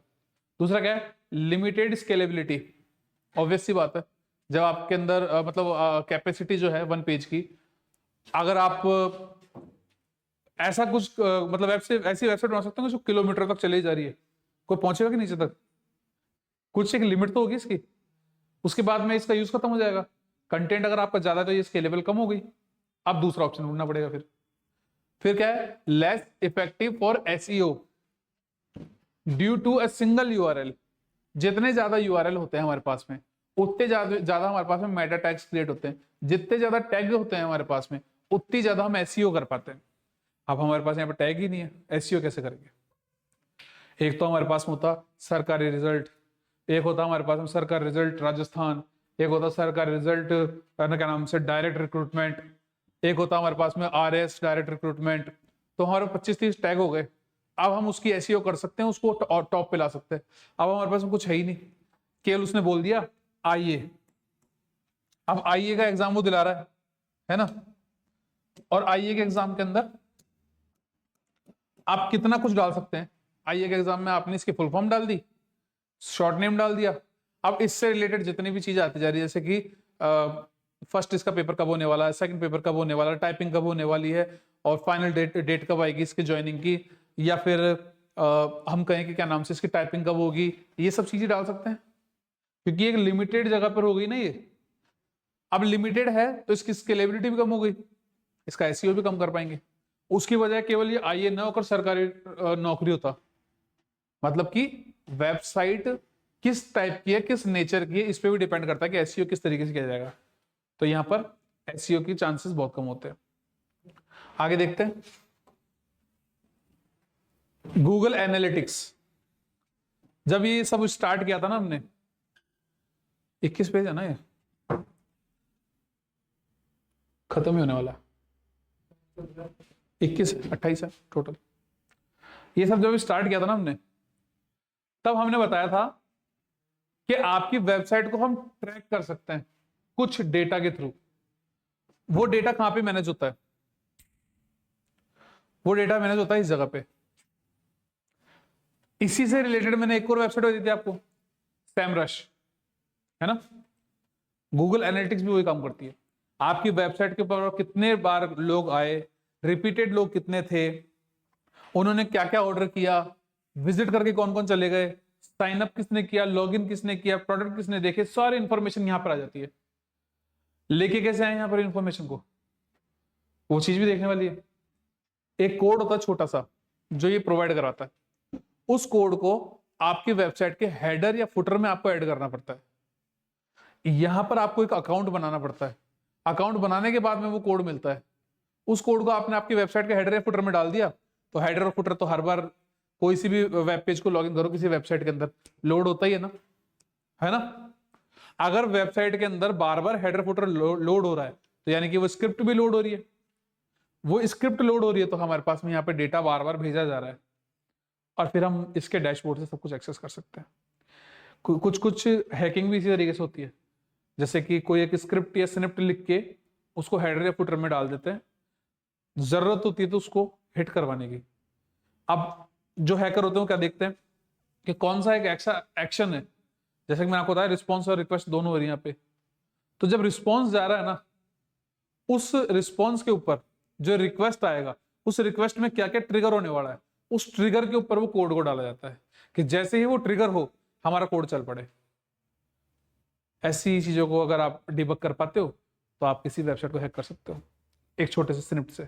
जैसे कि बीच में क्या हुआ था, कोरोना की वैक्सीन वगैरह लग रही थी, है ना। तो मेरे दोस्त ने और मैंने मिलके वेबसाइट के ऊपर जैसे जाते थे ना अपन स्लॉट्स बुक करने के लिए, वो सारे स्लॉट गायब हो जाते थे, लोग लगा के बैठे होते थे पहले। बहुत सारे लोग बैठे उसी प्रेजेंट टाइम पे जब आप कुछ करना चाह रहे, इंटरनेट भी स्लो हो जाता है, बहुत सारे और फैक्टर भी होते हैं, तो लोग हमेशा उसको बुक कर दिया करते थे। दूसरा हमको फेस करना पड़ा था जब ये एमआई का फोन खरीदा था, हमको नया नया चला ही था इसका बूम, ये आधे घंटे के अंदर सेल आउट करता था सब चीजें। तो 2 टाइम हमको ऐसा लगा कि यार ऐसा कुछ हो जुगाड़ कि सब कुछ भर के ऑटोमेटिक सेंड हो जाए तो कितना बढ़िया काम हो जाए। तो हम एक स्क्रिप्ट लिखते थे, उसके अंदर सारी इन्फॉर्मेशन जो जो जहां जहां पर डालनी होती थी वो लिख के रखते थे। जैसे ही है ना रिस्पॉन्स आता था ना, जैसे कि वहां पे एक टाइमर होता था, वो टाइमर जैसे ही स्टार्ट होता था, मतलब कि अब आप कर सकते हो बुकिंग वगैरह कुछ भी जो है, जैसे ही वो ट्रिगर होता था उस ट्रिगर के ऊपर हमने वो कोड लगाया था। कोड को डाल के पहले बैठे, जैसे टाइम स्टार्ट हुआ वैसे हमारा कोड रन हुआ, रन होते ही सारी की सारी डिटेल्स भर गई अपना आप और सबमिट हो गया, कुछ करना ही नहीं पड़ा। तो हैकिंग भी इसी तरीके से होती है, आपकी यूजफुल चीजें भी इसी तरीके से बनती है। जैसे कि किसी वेबसाइट के ऊपर आप देखते हो कि ना कुछ टूल्स लगा देते हैं प्लगइन टाइप के, अब यूट्यूब से वीडियो डाउनलोड नहीं था, आईडीएम लगाया डाउनलोड हो गया वीडियो। तो वो चीजें क्या होती है, इन्हीं चीजों के ऊपर आधारित होती है कि आपके वेबसाइट में किस तरीके के लैग्स है, उनको किस तरीके से यूज किया जा सकता है। ये भी उसी तरीके से काम करता है। आप देखेंगे आगे मैंने लगा रखा है वो कोड किस तरीके से काम करता है, फिलहाल आगे देखते हैं। इसमें डेफिनेशन क्या है, इसी को हमने थोड़ा डिस्क्राइब करके यहाँ लिखा है। पहले ऊपर वाला देखते हैं, a web analytics services by Google that tracks and reports website traffic. Traffic की बात कर रहे हैं यहाँ पे, जो भी कोई लोग आ रहे हैं उसको ट्रैफिक से ही हम जज करते हैं। यहाँ पे डिटेल्ड क्या है, a free tool by Google that tracks the reports website traffic and user behaviour. Behaviour क्या है, बिहेवियर ये है कि वो आपके वेबसाइट पे आके ही चला जाता है, आता है लॉगिन करता है या फिर चला जाता है, उसके बाद में वो कुछ ऑर्डर भी करता है या चला जाता है, वो कंप्लीट प्रोसेस करके जाता है, उसके बाद के अंदर आपकी वेबसाइट को छोड़ता है। ये सब चीज जो है उसके बिहेवियर में काउंट होती है। यहां पर वो सब चीज ट्रैक हो रही है। की मैट्रिसेस क्या है यहाँ पे, ऑडियंस इनसाइट्स। इनसाइट्स क्या क्या है उनकी, एज हो सकती है, लोकेशन हो सकती है, उनका इंटरेस्ट हो सकता है, ऐसी जो भी चीजें जो उनको पर्सनलाइज करती है। उसके बाद में क्या है यहाँ पे, एक्विजिशन रिपोर्ट्स, ट्रैफिक सोर्सेस, कैसे, ऑर्गेनिक का बताया था ना, रेफरल ऑर्गेनिक। ऑर्गेनिक कौन से, जो आपकी वेबसाइट को सर्च करके डायरेक्ट यहां पर आए हैं। पेड कौन से, जिनको एडवर्टाइजमेंट के थ्रू यहां पे लाया गया है। रेफरल कौन से? जिनको यहाँ पर रेफर किया गया है, होता है ना यूट्यूब के अंदर, मेरे लिंक से क्लिक करो वहां पहुंचो, है ना। उसके बाद में आता है बिहेवियर एनालिसिस। बिहेवियर एनालिसिस के अंदर क्या आता है? Page viewer, time spent on pages, bonus rate. यानी कि बिहेवियर एनालिसिस भी है कि कुछ लोग आ रहे हैं यहाँ पे टाइम स्पेंड करके जा रहे हैं, कुछ आए और चले गए देख के, कुछ है जो कुछ बोनस के लिए रुके हुए हैं। होता है ना, कई वेबसाइट होती है कि 25 सेकंड उसके ऊपर रुके हो, जैसे कि अभी चल रही है नई नेट मिरर। वो क्या करती है, वो इस चीज को देख चुकी थी, समझ चुकी थी कि भैया मार्केट में बहुत सारी एप्लीकेशन है जो रेप्लिका है नेटफ्लिक्स की या फिर अमेजन प्राइम की, लेकिन दिक्कत क्या है, वो पूरे दिन वो एडवर्टाइजमेंट देती रहती है, तो लोग वहां पे जाना बंद कर देते हैं। इसने एक सोल्यूशन निकाला कि भैया हम तो सुबह सुबह एक ऐड देंगे बस आपको, आप उस एक ऐड को देखो, 25 सेकंड वहां पे रुको, उसके बाद में पूरे दिन भर आप नेटफ्लिक्स और अमेजन प्राइम के कंटेंट को यूज करो। तो अच्छा है ना, एक बार के लिए तो अपन ये भी कर सकते हैं, क्लिक करके पटक देंगे फोन को, कोई दिक्कत ही नहीं है। या 25 सेकंड कितनी देर है देख लेंगे क्या दिखा रही है जो भी। नेट मिरर, नेट मिरर,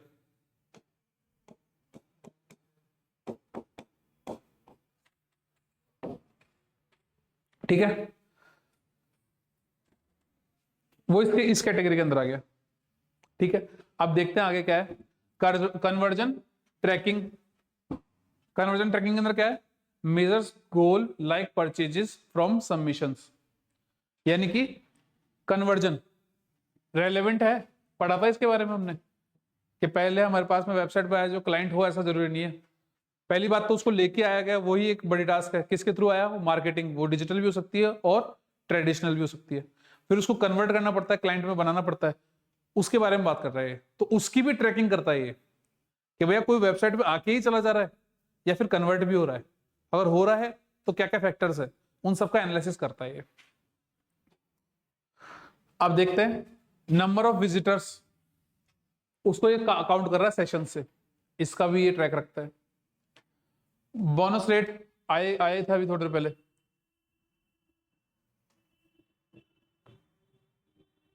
ठीक है। ये क्या एक्चुअली में 2-2 3-3 वेबसाइट से लेते हैं ना, तो रिपीट हो जाता है। एवरेज सेशन ड्यूरेशन, कि एक बार कोई आया वेबसाइट पे लगभग कितने टाइम के लिए रुका हुआ है, अगर वो ऑर्डर कर रहा है तो उसको कितना समय लग रहा है, वो फालतू अगर घूमने आया देखने आया चीजों को तो उसको कितना समय लग रहा है, क्योंकि टाइम ड्यूरेशन से भी हम पता लगा सकते हैं कि कैसा ट्रैफिक है, वो क्या करने वाला है। Traffic sources, direct referral searches, ये वाला हो गया ये, ठीक है। बेनिफिट्स क्या है? Provide actionable insights for improving website performance. ऐसी इंफॉर्मेशन हम क्या करेंगे, इससे हम कोई ना कोई एक्शन ले पाएंगे कि ऐसी इंफॉर्मेशन से हम परफॉर्मेंस को कैसे इंप्रूव कर सकते हैं वेबसाइट के। मतलब कि मैं इसको इस तरीके से बताना चाहता हूं कि जैसे कि हम मजेंटो पे जब काम करते थे ना, तब क्या होता था कि कुछ प्रोडक्ट, क्यों हुआ ऐसा कि पता नहीं मुझे, लेकिन हमने उसको रिजॉल्व किया था। अब पता क्या चला उसके बारे में, गूगल एनालिटिक्स हमने उस वेबसाइट पे डाल रखा था, ठीक है। वेबसाइट बनाई तो हमने थी, लेकिन उस जगह पे दिक्कत थी, ऐसा कुछ पता हमको नहीं चला था। पर डिबगिंग के अलग अलग टाइप भी होते हैं, है ना। तो डिबगिंग कैसे हुई थी, यहाँ पे हम देख रहे थे एनालिटिक्स के ऊपर कि कुछ एक कैटेगरी ऐसी है जहां पर लोग जाते तो हैं, समय तो बिताते हैं, लेकिन कुछ खरीदते नहीं है। लेकिन ऐसा बिहेवियर हर एक कैटेगरी में नहीं है, सिर्फ उस स्पेसिफिक कैटेगरी में ऐसा हो रहा है। तो हमको समझ में नहीं आ रहा था ऐसा क्यों हो रहा है। पहले तो हमने सोचा कि शायद लोगों को आइटम पसंद नहीं आ रहे होंगे कैटेगरी के, बाद में लगा कि शायद मतलब ये सही से काम नहीं कर रहा एनालिटिक्स, लेकिन ये तो डेटा पे काम करता है, डेटा गलत नहीं होता। हमने उसको चेक किया तो क्या पता चला कि हमने, है ना, जैसे आपने कैटेगरीज देखी थी ना, तो उसमें क्या था, मैन टीज, मैन, उसके अंदर टीज। तो मैन में अगर जो कोई आ रहा है वो तो सब कुछ खरीद रहा है, लेकिन टीज के अंदर आ रहा है ना, वो कुछ नहीं खरीद रहा। जबकि ये है ना, ये रूट कैटेगरी है, ये सब कैटेगरी है, इस रूट कैटेगरी के अंदर ये टीज भी आती है, मतलब 5 आइटम है ना, टी शर्ट्स आ गई, फिर टीज आ गई, फिर शॉर्ट्स आ गए, फिर जीन्स आ गई, होता है ना ऐसा। तो यहां पर से टीज परचेज कर रहे हैं लोग, लेकिन यहां से एक भी कुछ परचेज नहीं कर रहा। तो हमारे समझ में नहीं आया क्या हुआ।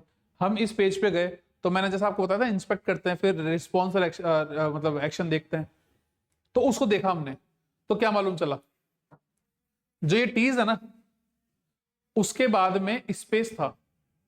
जब हमने ये कैटेगरी बनाई थी ना, तो गलती से स्पेस डल गया, और जब इसका डेटाबेस में हमने एंट्री करी ना, वो एंट्री करी हमने इस नाम से। आप सोचो, ये जब इस पे क्लिक करेंगे, स्पेस के साथ में जाएगा डेटाबेस में चेक करने के लिए कि भैया ऐसी एक कैटेगरी जितनी भी है ना एग्जिस्ट करती है, और उसके अंदर जितनी प्रोडक्ट है वो हमको दे दो। ये जाता था यहाँ पे, और इसको टीज के अंदर कुछ मिलता ही नहीं था, क्योंकि ऐसी कोई कैटेगरी तो एग्जिस्ट करती ही नहीं है। कुछ नहीं मिलता तो खाली आता था, बार बार लोग इस पे जाते थे कुछ परचेस करने के लिए, कुछ मिलता ही नहीं था, फिर मजबूरन होके वो यहाँ पर आते थे, फिर यहाँ से टीज को देखते थे, फिर लेते थे। तो हमारे बहुत सारा डेटा तो यहाँ पर अवेलेबल था ही नहीं, हमने तो यहाँ पे 5 ही डाल रखे थे, हमारे पास तो 100-200 थे, वो 100-200 को खरीद ही नहीं पा रहा था कोई। हमने इसको सही किया, फिर यहाँ पर सारे विजिबल हुए, मात्र 7 दिन रुके। 7 दिन के बाद में अब एनालिटिक्स क्या बता रहा है, जैसे ट्रैफिक यहाँ पर है ना, वैसे ट्रैफिक यहाँ पे हो गया, यानी कि अब सब कुछ ठीक है। तो इतनी बड़ी चीज एक छोटे से टूल से मालूम चल गई। समझ रहे हो कैसे काम करता है। ये थोड़ा डैशबोर्ड का एक ओवरव्यू है, किस तरीके से डैशबोर्ड दिखता है। देखो यहाँ पे सेशंस बता रहा है कि 8 मई को कितने लोग आए, हजारों में, ये 20,000 10,000 दिख रहा है। 8 मई को 20,000 लोग आए, 9 मई को भी 20,000 आए, फिर उसके बाद में 10 और 20 के मिड के अंदर एक पॉइंट है, वहां पर 10 मई को आए, ऐसे करके एक पूरा ग्राफ दिया हुआ है। आप इंडिविजुअली एक एक डेट का भी, एक एक मंथ का भी, एक एक ईयर का भी ग्राफ निकाल सकते हैं। इस पर क्लिक करेंगे, ये आपको ओपन करके देगा, पूरी समरी आपको जैसे चाहिए वैसे आप निकाल सकते हैं इससे। बाद में ये क्या बता रहा है, कन्वर्जेंस बता रहा है। बात करी थी कन्वर्जेंस की, कितने % का कन्वर्जन हो रहा है। लोग तो बहुत आते हैं, पर कन्वर्ट कितने होते हैं वो इस पे बताता है। उसके बाद के अंदर ऑर्गेनिक सर्च, ये मैंने कैटेगरी बना रखी है, तो ये बता रहा है मेरे को यहाँ पे। अब मैं यहाँ पे है ना रेफरल वगैरह ऐसे सब कैटेगरीज बना सकता हूँ। देखो यहाँ पे ईमेल, डायरेक्ट, ऑर्गेनिक, अदर, सारी कैटेगरीज है। वो जितनी भी मैं कैटेगरी बनाऊंगा उस कैटेगरी से आपसे मुझे डेटा बताएगा कि देखो ऑर्गेनिक सर्च के हिसाब से तो इतने लोग आ रहे हैं, ईमेल से इतने आ रहे हैं, डायरेक्ट से इतने आ रहे हैं। आपको एग्जैक्टली ये मालूम चल रहा है कि आपकी वेबसाइट किस तरीके से काम कर रही है, पूरा पूरा डेटा दे रहा है, सब कुछ देख रहा है। उसके बाद में क्या है, ट्रैकिंग कोड।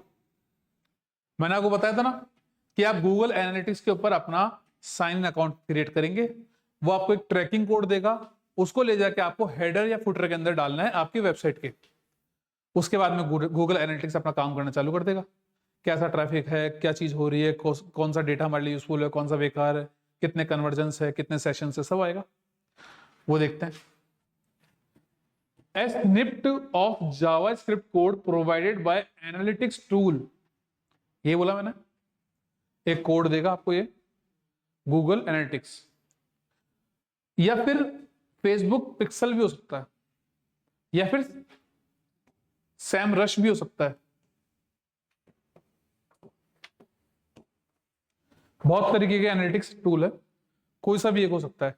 काम क्या है मेन, कि वो आपको एक जावास्क्रिप्ट का कोड देगा, ठीक है, to monitor visitors and behaviour. Clear. आपको क्या करना है उस कोड के साथ में, copy the tracking code from the analytics platform, उसके बाद में पेस्ट इनटू द हेड और footer of your website HTML। Code यहां से उठाना है, साइन इन करने के बाद कोड मिल जाएगा, उसको यहां से उठाने के बाद में आपकी हेडर या फुटर के अंदर डाल देना आप खुद की वेबसाइट के अंदर। Verify the installation via the analytics dashboard. Test the code. Ensure data is being recorded. जब आपने ये डाल दिया तो एक बार इंश्योर भी कर लेना। कैसे, आप खुद जाओगे वो भी तो रिकॉर्ड होगा, तो आप वहां जाना, कोई एक एक्शन परफॉर्म करना, उसके बाद में आपके डैशबोर्ड को चेक करना, जो आपने किया वो सब रिकॉर्ड हो गया। जैसे सेशन ड्यूरेशन, आप कौन कौन से पेजेस को विजिट करें, कन्वर्ट हुए या नहीं हुए, डायरेक्ट लिंक था या फिर अदर लिंक थे या ईमेल था या कुछ भी था, वो सब चीज वहां पे आ जाएगी।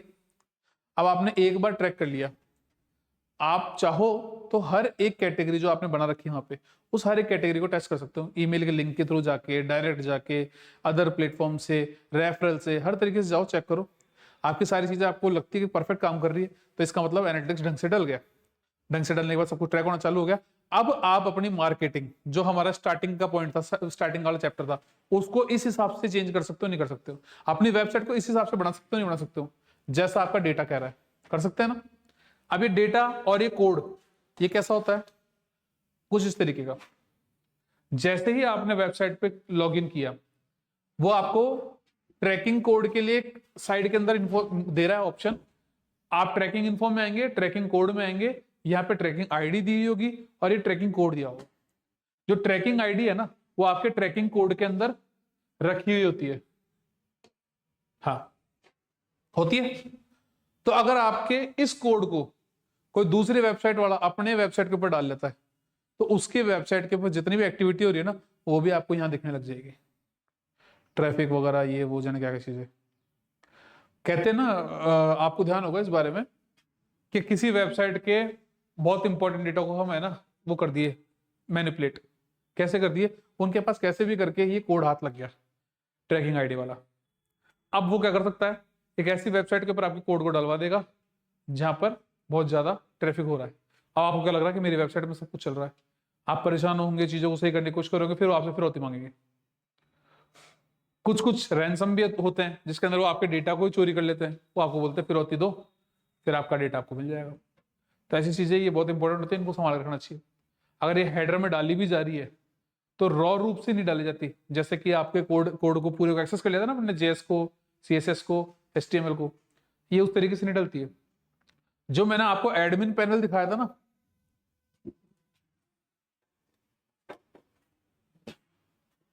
बंद हुआ था सिस्टम? हाँ, बंद हुआ था ना।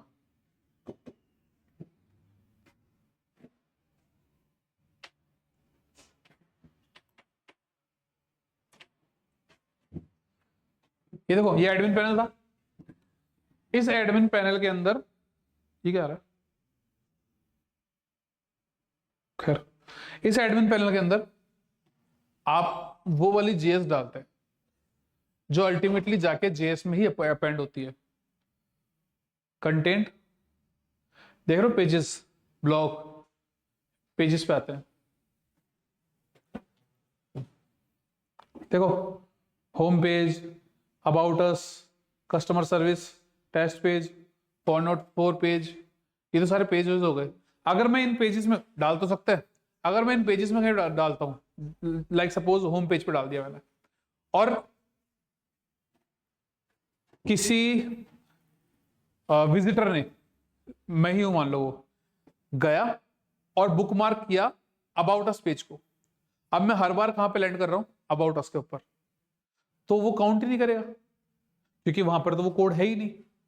तो यहां पर इन पेजेस के ऊपर नहीं डालना। कहां डालना है? कंटेंट के अंदर आएंगे, ब्लॉग को देखेंगे एक बार, क्योंकि ब्लॉग के अंदर हमारे पास में हेडर और फुटर भी होंगे। दिख रहा है? फुटर लिंक,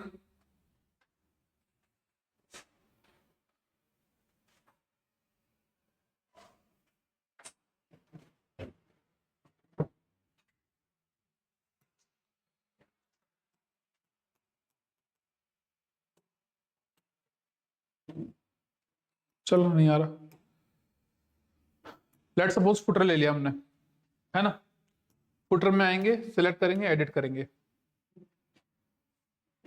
लोड हो रहा है, ठीक है। अब देखो, मैंने आपको बताया था ना कि हम जेएस को, सीएसएस को और एचटीएमएल को एक्सेस कर सकते हैं इंस्पेक्ट करके। लेकिन अगर इसके थ्रू हमने कोई जेएस या सीएसएस डाला, वो वेबसाइट के ऊपर एक्सेसिबल नहीं होता, क्योंकि ये सारा का सारा जाके स्टोर होगा वहां पे डेटाबेस के अंदर। डेटाबेस से केवल और केवल वैल्यूज को फैच किया जाएगा, और वो वैल्यू है ना, वहां पर अपीयरेंस को या फिर और चीजों को चेंज कर देगी। अब इसके थ्रू अगर मान लो डेटा सेव कराया गया और हमारा एनालिटिक्स का जितना भी कोड है वो डेटाबेस के थ्रू वहां पे गया, तो कोड तो नहीं मिला उसको, लेकिन हमारे एनालिटिक्स ने सब कुछ रिकॉर्ड करना तो स्टार्ट कर दिया ना, तो अब वो चोरी नहीं होगा, सिक्योर हो गया। मतलब एक ही काम करने को दो तरीके थे। अगर दूसरे तरीके से किया तो हमने वेबसाइट को कर लिया सिक्योर। कोड कहां डालेगा? यहां पे डलेगा कोड।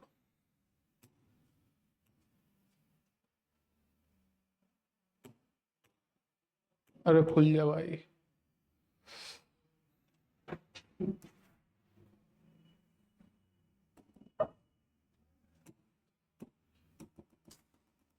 इन्होंने एडिट की परमिशन नहीं दे रखी। बाकी आपको यहाँ पर कुछ कोड ऑलरेडी दिख रहा होगा, यहीं पर अपना HTML CSS का कोड डल सकता है। अगर इसमें नहीं डल रहा तो आप दूसरा एलिमेंट ऐड कर सकते हो। ये HTML का एलिमेंट मैंने ऐड कर दिया।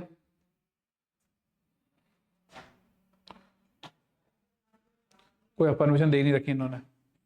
ये भी सिक्योरिटी का काम है, इन्होंने खुद की वेबसाइट के अंदर सब कुछ सिक्योर कर रखा है। अगर मैं यहाँ पर सोचो, मैं जैसा कि आपको कहा था, एक स्क्रिप्ट डाल के अगर मैं चला दूं तो मैं ब्रीच कर सकता हूं ना। तो इन्होंने यहाँ पे स्क्रिप्ट डालने का ऑप्शन ही खत्म कर दिया, क्योंकि ये उनका डेमो अकाउंट है, उनके सर्वर पे है। मैं यहाँ पे कोई स्क्रिप्ट डालूंगा तो मैं उनके सर्वर को एक्सेस कर सकता हूँ ना, तो इन्होंने बंद कर रखा है। बाकी समझ में आ गया कहां पे डलेगा? ठीक है, क्लियर हुआ ये?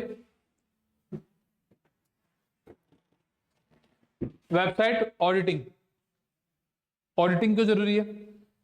मतलब कि किसी को कुछ काम दिया, किसी को कुछ काम दिया, वो काम प्रॉपर तरीके से हो रहा है या नहीं हो रहा, उसको जज करने का क्या तरीका है? ऑडिट। चेक करेंगे कि भैया जो काम जिस तरीके से होना चाहिए उस आदमी के द्वारा वैसे किया जा रहा है, नहीं किया जा रहा। तो ये वेबसाइट जो ऑडिट करने का ऑप्शन है ना, ये भी एनालिटिक्स के अंदर, यानी गूगल एनालिटिक्स या फिर फेसबुक या फिर सैमरश, इनके अंदर ऑलरेडी प्रोवाइड किया जाता है। वहां से जाके आप ये चीज भी ट्रैक कर सकते हो। देखो डेफिनेशन क्या है? Comprehensive analysis of a website to ensure it meets performance, security and SEO standards. क्या क्या चीजें चेक कर रहा है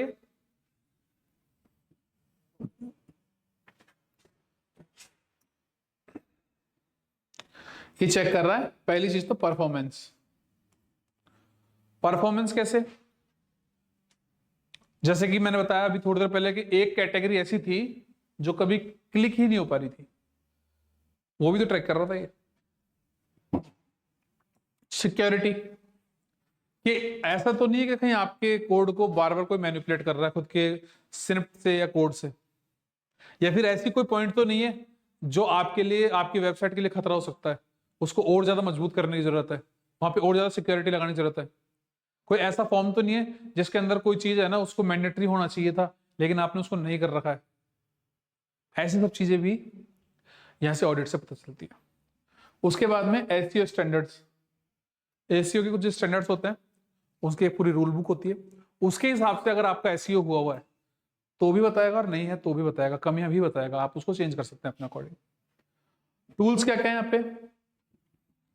एसईओ इनसाइट्स के लिए हमारे पास में गूगल सर्च कंसोल, ठीक है, जीटी मैट्रिक्स और पिंगडॉम, ये किसके लिए?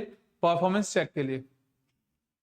सैमरश और AHREFS, ये जो है ना, ये आपके जितने भी टैग वगैरह जो सब चीजें होती है ना, उन सब की ये और ये टूल लगभग लगभग सेम ही है, लेकिन ये दोनों है ना वो एसईओ ऑडिट के अंदर बहुत ज्यादा, मतलब कि अगर आपने इसको चला दिया ना तो आपकी वेबसाइट फ्लो लेस हो जाएगी, कहीं कमी नहीं होगी कुछ भी।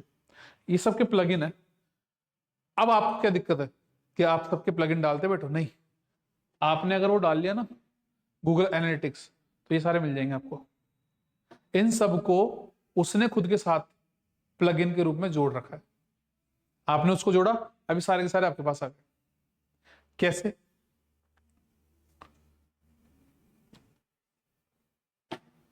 ये देखो, ये प्लेटफॉर्म जो है इसके अंदर आपको ऑडिट का ऑप्शन दिखेगा, हालांकि दिख तो मुझे भी नहीं रहा। मैनेज साइट ऑडिट कर रहे हैं ना, ये एनालिटिक्स का ही तो फीचर है, ये एनालिटिक्स का प्लेटफॉर्म है। सब चीजें वही है जो पहले थी। एरर कितने आपके साइट में, वार्निंग कितनी है, देखो मैंने आपको बताया था ना, कोड के अंदर दिक्कत है तो वो भी बता रहा है ये सब चीजें आपको दिख रही है यहाँ पे। उसके बाद में आपको एक ऑप्शन ये भी दिया हुआ है, उसके अंदर देखो पेज क्रॉल्ड, मतलब कि आपके पेज को कितनी बार विजिट किया गया है। साइट का ऑडिट हुआ, गूगल एनालिटिक्स कनेक्टेड, यही चीज थी यहाँ पे लास्ट में कंसोल वाला, ये वहां पर आ गया ऑलरेडी। ऑडिट के लिए, एसईओ इनसाइट्स के लिए। ठीक है, अब लास्ट हमारे पास में क्या है, एरियाज ऑफ ऑडिट। क्या है देखो, ये SEO check keywords optimization, title tags, meta description, keyword uses, ALT text for images and backlinks. यानी कि ये क्या क्या चीजें चेक कर रहा है। पहली बात तो ऑप्टिमाइजेशन किसका, कीवर्ड्स का। दूसरी चीज टाइटल टैग्स, टैग्स तो सब जानते हैं ना, आजकल सब चला रहे हैं अपने इंस्टाग्राम वगैरह, है ना। तो यहाँ पे भी टैग्स होते हैं जो एसईओ के लिए काम आते हैं। सर्च इंजन ऑप्टिमाइजेशन के अंदर टैग्स ही काम आते हैं, जितने ज्यादा टैग उतने ज्यादा एसईओ। उसके बाद में क्या, मेटा डिस्क्रिप्शन। मेटा का मैंने आपको बताया था, data about data is called Meta data. ठीक है, तो ऐसा डिस्क्रिप्शन वगैरह जो भी कुछ होते हैं ना, उनको भी ऑडिट करता है। उसके बाद में क्या हमारे पास में, कीवर्ड यूजेज। आपने कीवर्ड्स तो दे रखे हैं, यूज कौन कौन सारे, जैसे कि मान लो आपकी वेबसाइट को किसी ने विजिट किया, वो क्या क्या सर्च कर रहा है, क्या क्या चीजें देख रहा है, उन सबको आपने यूज कर रखा, नहीं कर रखा, नहीं कर रखा तो करना कैसे है, वो सब चीजें भी है। उसके बाद में क्या गया, अल्टरनेट टेक्स्ट फॉर इमेजेस। आपने अपने वेबसाइट के अंदर इमेज तो डाल रखी है, लेकिन अगर वो इमेज रेंडर नहीं होती है तो उसके अल्टरनेट में क्या रेंडर होना चाहिए, क्या आपने वो सेट कर रखा है, ऐसी चीजें भी सेट करना जरूरी होता है। वो एक टेक्स्ट भी हो सकता है, कोई अल्टरनेट इमेज भी हो सकती है, या कुछ और भी हो सकता है। उसके बाद में बैकलिंक्स। बैकलिंक्स AHREFS, वो था ना लास्ट का ऑप्शन, उसके थ्रू इसको ट्रैक किया जाता है। ठीक है, वो टूल के थ्रू, वो भी इंटीग्रेटेड है ऑलरेडी गूगल एनालिटिक्स के अंदर। ये सब चीजें ऑडिट के अंदर देखी जाती है। उसके बाद में परफॉर्मेंस देख रहे हैं हम, ये सब चीजें तो आई किसके अंदर, एसईओ के अंदर। किसके अंदर आई, अब हम देखेंगे परफॉर्मेंस की बात। परफॉर्मेंस में क्या बोल रहा है, टेस्ट पेज लोड स्पीड। अभी आपने देखा था कि ऐसे पेजेस को भी बनाया जाता है, मजेंटो का डेमो दिया था ना मैंने अभी।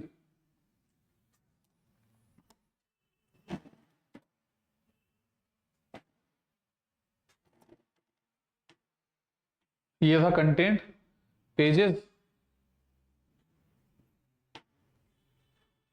Test page. क्यों बनाया टेस्ट पेज, ऐसा कोई पेज विजिट करता है क्या अपने में से, पूरी वेबसाइट के अंदर इसका कोई लिंक भी नहीं होगा कहीं पर भी। इस पेज को विजिट करने के लिए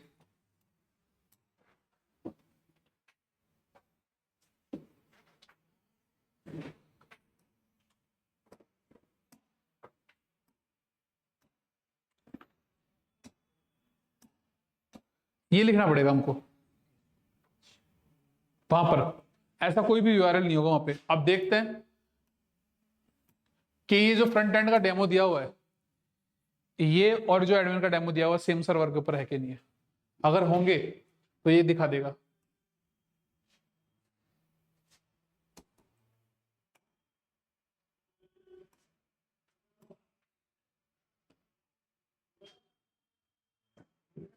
यार ईवी था क्या इसमें,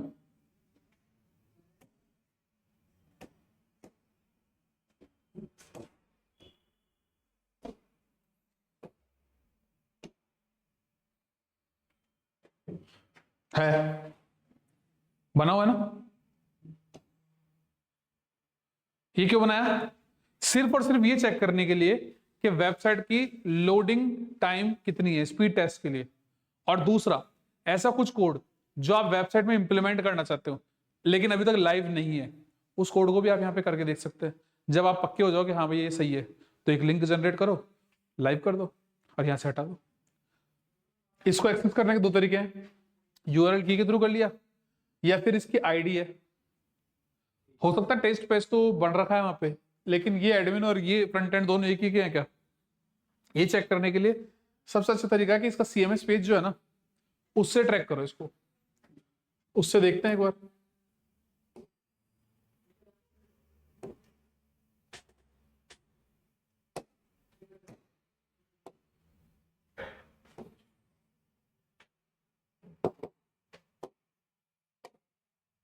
अब यहां पे क्या करना है, एडिट की जगह करते हैं ना व्यू। क्यों? क्योंकि यहां पर आप इस पेज को देखना चाहते हैं, इस आईडी के अंदर जो भी पेज है ना उसको देखना चाहते हैं, लेकिन वहां पर क्या था, आप उसको एडिट कर रहे थे, चेक करना चाहते थे। फ्रंट एंड के अंदर एडिट की परमिशन नहीं होती, एडमिन में होती है, और एडमिन में व्यू की परमिशन नहीं होती, फ्रंट एंड में होती है। तो इसका मतलब ये दोनों के दोनों एक ही है। अब यहां पर आप जो भी कुछ स्क्रिप्ट डालोगे ना वो आपके फ्रंट एंड में चलेगी और आप वो हैकिंग परफॉर्म कर सकते हो जो आपको आती नहीं है। जब आएगी तब कर लेना, ठीक है। आगे देखते हैं, server response time and responsiveness. मतलब टोटल बात यह है कि सर्वर कितने टाइम में रिस्पॉन्स कर रहा है, पेज को लोड होने में क्या टाइम लग रहा है, रिस्पॉन्सिवनेस कैसी है, ओवरऑल परफॉर्मेंस कैसी है वेबसाइट की, वो भी हम चेक करते हैं। तो हमने क्या क्या चीज ऑडिट कर ली, एसईओ ऑडिट कर लिया, परफॉर्मेंस ऑडिट कर ली। नेक्स्ट क्या हमारे पास में, सिक्योरिटी। सिक्योरिटी के लिए हम पहली चीज क्या देख रहे हैं कि भैया हमारे पास में जो प्रोटोकॉल है वो सिक्योर है कि नहीं है, HTTPS होना चाहिए, HTTP नहीं होना चाहिए। उसके बाद में क्या है, मॉलवेयर चेक कर लगाते हैं हम। मालवेयर वायरस का एक टाइप है, वायरस नहीं मतलब कि ट्रोजन होता है, मालवेयर होता है, वायरस होता है, बग होता है, ये तो सब के सब है ना सिक्योरिटी को ब्रीच करने के लिए है। मालवेयर क्या होता है कि डेटा है ना, डेटा वो इस जगह से दूसरी जगह पर बिना किसी ऑथोरिटी के लिए डेटा को पहुंचा रहा है। तो वायरस तो नहीं है, सिस्टम को हैंग तो नहीं कर रहा, खराब तो नहीं कर रहा, लेकिन डेटा की चोरी तो हो ही रही है ना। उसके बाद में क्या आता है, सिक्योर प्लगइन्स। ये भी चेक करो कि आपने जो प्लगइन्स यूज कर रखे हैं वो सब सिक्योर है कि नहीं है। जैसे कि मैंने प्लगइन डाला गूगल एनालिटिक्स, वो तो सिक्योर है, गूगल का प्लगइन है ना। वो तो प्लगइन ऐसे डालते हैं जैसा भी अपन ने डाला ना, कोड उठा के हेडर या फुटर में डाला, ये प्लगइन डालने का तरीका है। हालांकि ये बात अलग है कि मेजेंटो के अंदर एक फीचर ऐसा भी दिया गया है कि आप प्लगइन को एक एपीआई के थ्रू इंटीग्रेट कर सकते हो, बशर्ते जिसको भी आप डालना चाहते हैं वो एपीआई प्रोवाइड करा रही हो। यहां पर हमने क्या चेक किया, सिक्योर प्लगइन्स। अब सिक्योर प्लगइन क्यों बोला, कि ऐसे प्लगइन भी मार्केट में अवेलेबल हैं जो आपको कुछ तो फीचर्स दे रहे हैं लेकिन उसके बदले में आपसे बहुत सारी इंफॉर्मेशन चोरी कर रहे हैं। जैसे कि एक एग्जांपल के लिए आप ले सकते हो कि जैसे आपकी वेबसाइट है, आपकी वेबसाइट के ऊपर कोई ट्रस्ट नहीं कर रहा कि भैया आप लोग सही हैं कि नहीं है, लेकिन अगर आपने अपनी वेबसाइट के ऊपर डाल लिया ट्रस्ट पॉइलेट,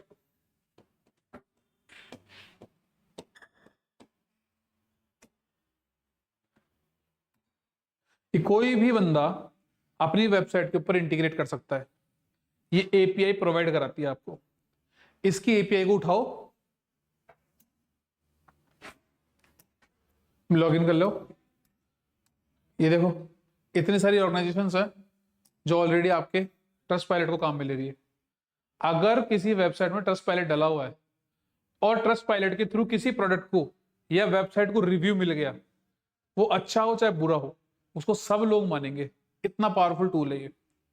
इसने आपको दे दी एक एपीआई, आपने उठा के अपने वेबसाइट के ऊपर डाल ली। अब आपको ये आपकी वेबसाइट के ऊपर कुछ इस तरीके से दिखाता है, स्टार रेटिंग। ये है ना हर जगह पर, हर ई कॉमर्स प्लेटफॉर्म में सबसे ज्यादा जरूरी चीज मानी जाती है। ट्रस्ट पायलट ने अगर आपको दे दी, इसका मतलब 100% श्योर है, आपने यही सोच के इसको डाला और ये सही भी है। लेकिन जरूरी नहीं है कि हर एक इस तरीके की एपीआई ठीक हो। आपने डाला तो दिक्कत भी कर सकती है, वो भी सिक्योरिटी चेक के अंदर आता है। ऐसी सभी चीजों को ऑडिट के थ्रू चेक किया जाता है सिक्योरिटी में। फिर नेक्स्ट क्या है, कंटेंट। कि भैया ये भी तो इंश्योर करना जरूरी है कि रेलेवेंट हमारा कंटेंट हो। स्टार्टिंग में हमने बात की गियर्स की, गियर के अंदर मान लो कि हमने है ना बात करी डफल बैग की, और डफल बैग के साथ में बात करी हमने बेल्ट की। ये तो सही सब कुछ मिल गया, डफल बैग भी मिल गया, बेल्ट भी मिल गया, ठीक है। लेकिन उसके अंदर का जो कंटेंट लिखा हुआ है ना, वो सारा का सारा लिखा हुआ है योगा के बारे में, कोई रेलेवेंट इंफॉर्मेशन नहीं है ना। अब ऐसी इंफॉर्मेशन को कौन ऑडिट करता है, कोई नहीं करता। हमारी आंखों से भी छूट जाए तो छूट ही जाए, लेकिन ये ऐसी चीजों को भी देखता है। उसके बाद में क्या है, ग्रामेटिकल एक्यूरेसी, यानी कि अगर आपने कोई ग्रामेटिकल मिस्टेक करी है वो भी ये चेक करेगा। मतलब कितना डीप लेवल तक काम कर रहा है ये देखो, सिक्योरिटी से लेकर ग्रामेटिकल मिस्टेक, परफॉर्मेंस, एसईओ सब कुछ देख रहा है ये। रीडेबिलिटी, ब्रोकन लिंक्स, ऐसे कोई लिंक जो अब काम नहीं कर रहे हैं, मतलब कि आपने वेबसाइट बनाई, उसके अंदर बहुत सारे लिंक डाले आपने, अब आपने कुछ कारणों के वजह से किसी पेज को डिलीट मार दिया, लेकिन उसका लिंक हटाना भूल गए किसी दूसरे पेज पे से। सपोज करो कि अबाउट अस है, अगर अबाउट अस का लिंक कुछ और था पहले, आज मैंने लिंक चेंज कर दिया, तो एक तरीके से यही कह जा सकता है कि पुराने पेज को डिलीट करके नया पेज बनाया गया, लेकिन उसका लिंक मैंने अपडेट नहीं करा, तो जो पुराना अबाउट अस का जो लिंक था ना, वो अब हो गया ब्रोकन। ऐसे लिंक्स को भी चेक कर लेता है ये। And up to date information, सारी चीजों का जिम्मेदारी ले रखी है इसने कि सारी इंफॉर्मेशन अप टू डेटेड हो। कंटेंट हो गया हमारा। उसके बाद में क्या है, user experience, check navigation, design, consistency and mobile friendliness. User experience के तौर पे ये चीजें जरूरी है कि नेविगेशन सही से काम कर रहा हो, डिजाइन अच्छी हो, कंसिस्टेंसी हो, ये सब चीजें मेजर कर रहा है। तो अब ये क्या क्या पॉइंट हो गए, मेन चीज जो हमारे ध्यान रखने वाली है वो क्या है, ऑडिट करने का मेन कारण, ऑडिट करने का मेन कारण है एसईओ, परफॉर्मेंस, सिक्योरिटी, कंटेंट और यूजर एक्सपीरियंस। ये 5 चीजें ध्यान रखो, बाकी अंदर का सारी रामायण आप निकाल सकते हो। इसी के साथ में आपका सेकंड चैप्टर खत्म है। कोई डाउट वगैरह हो, कोई चीज हो तो बताना।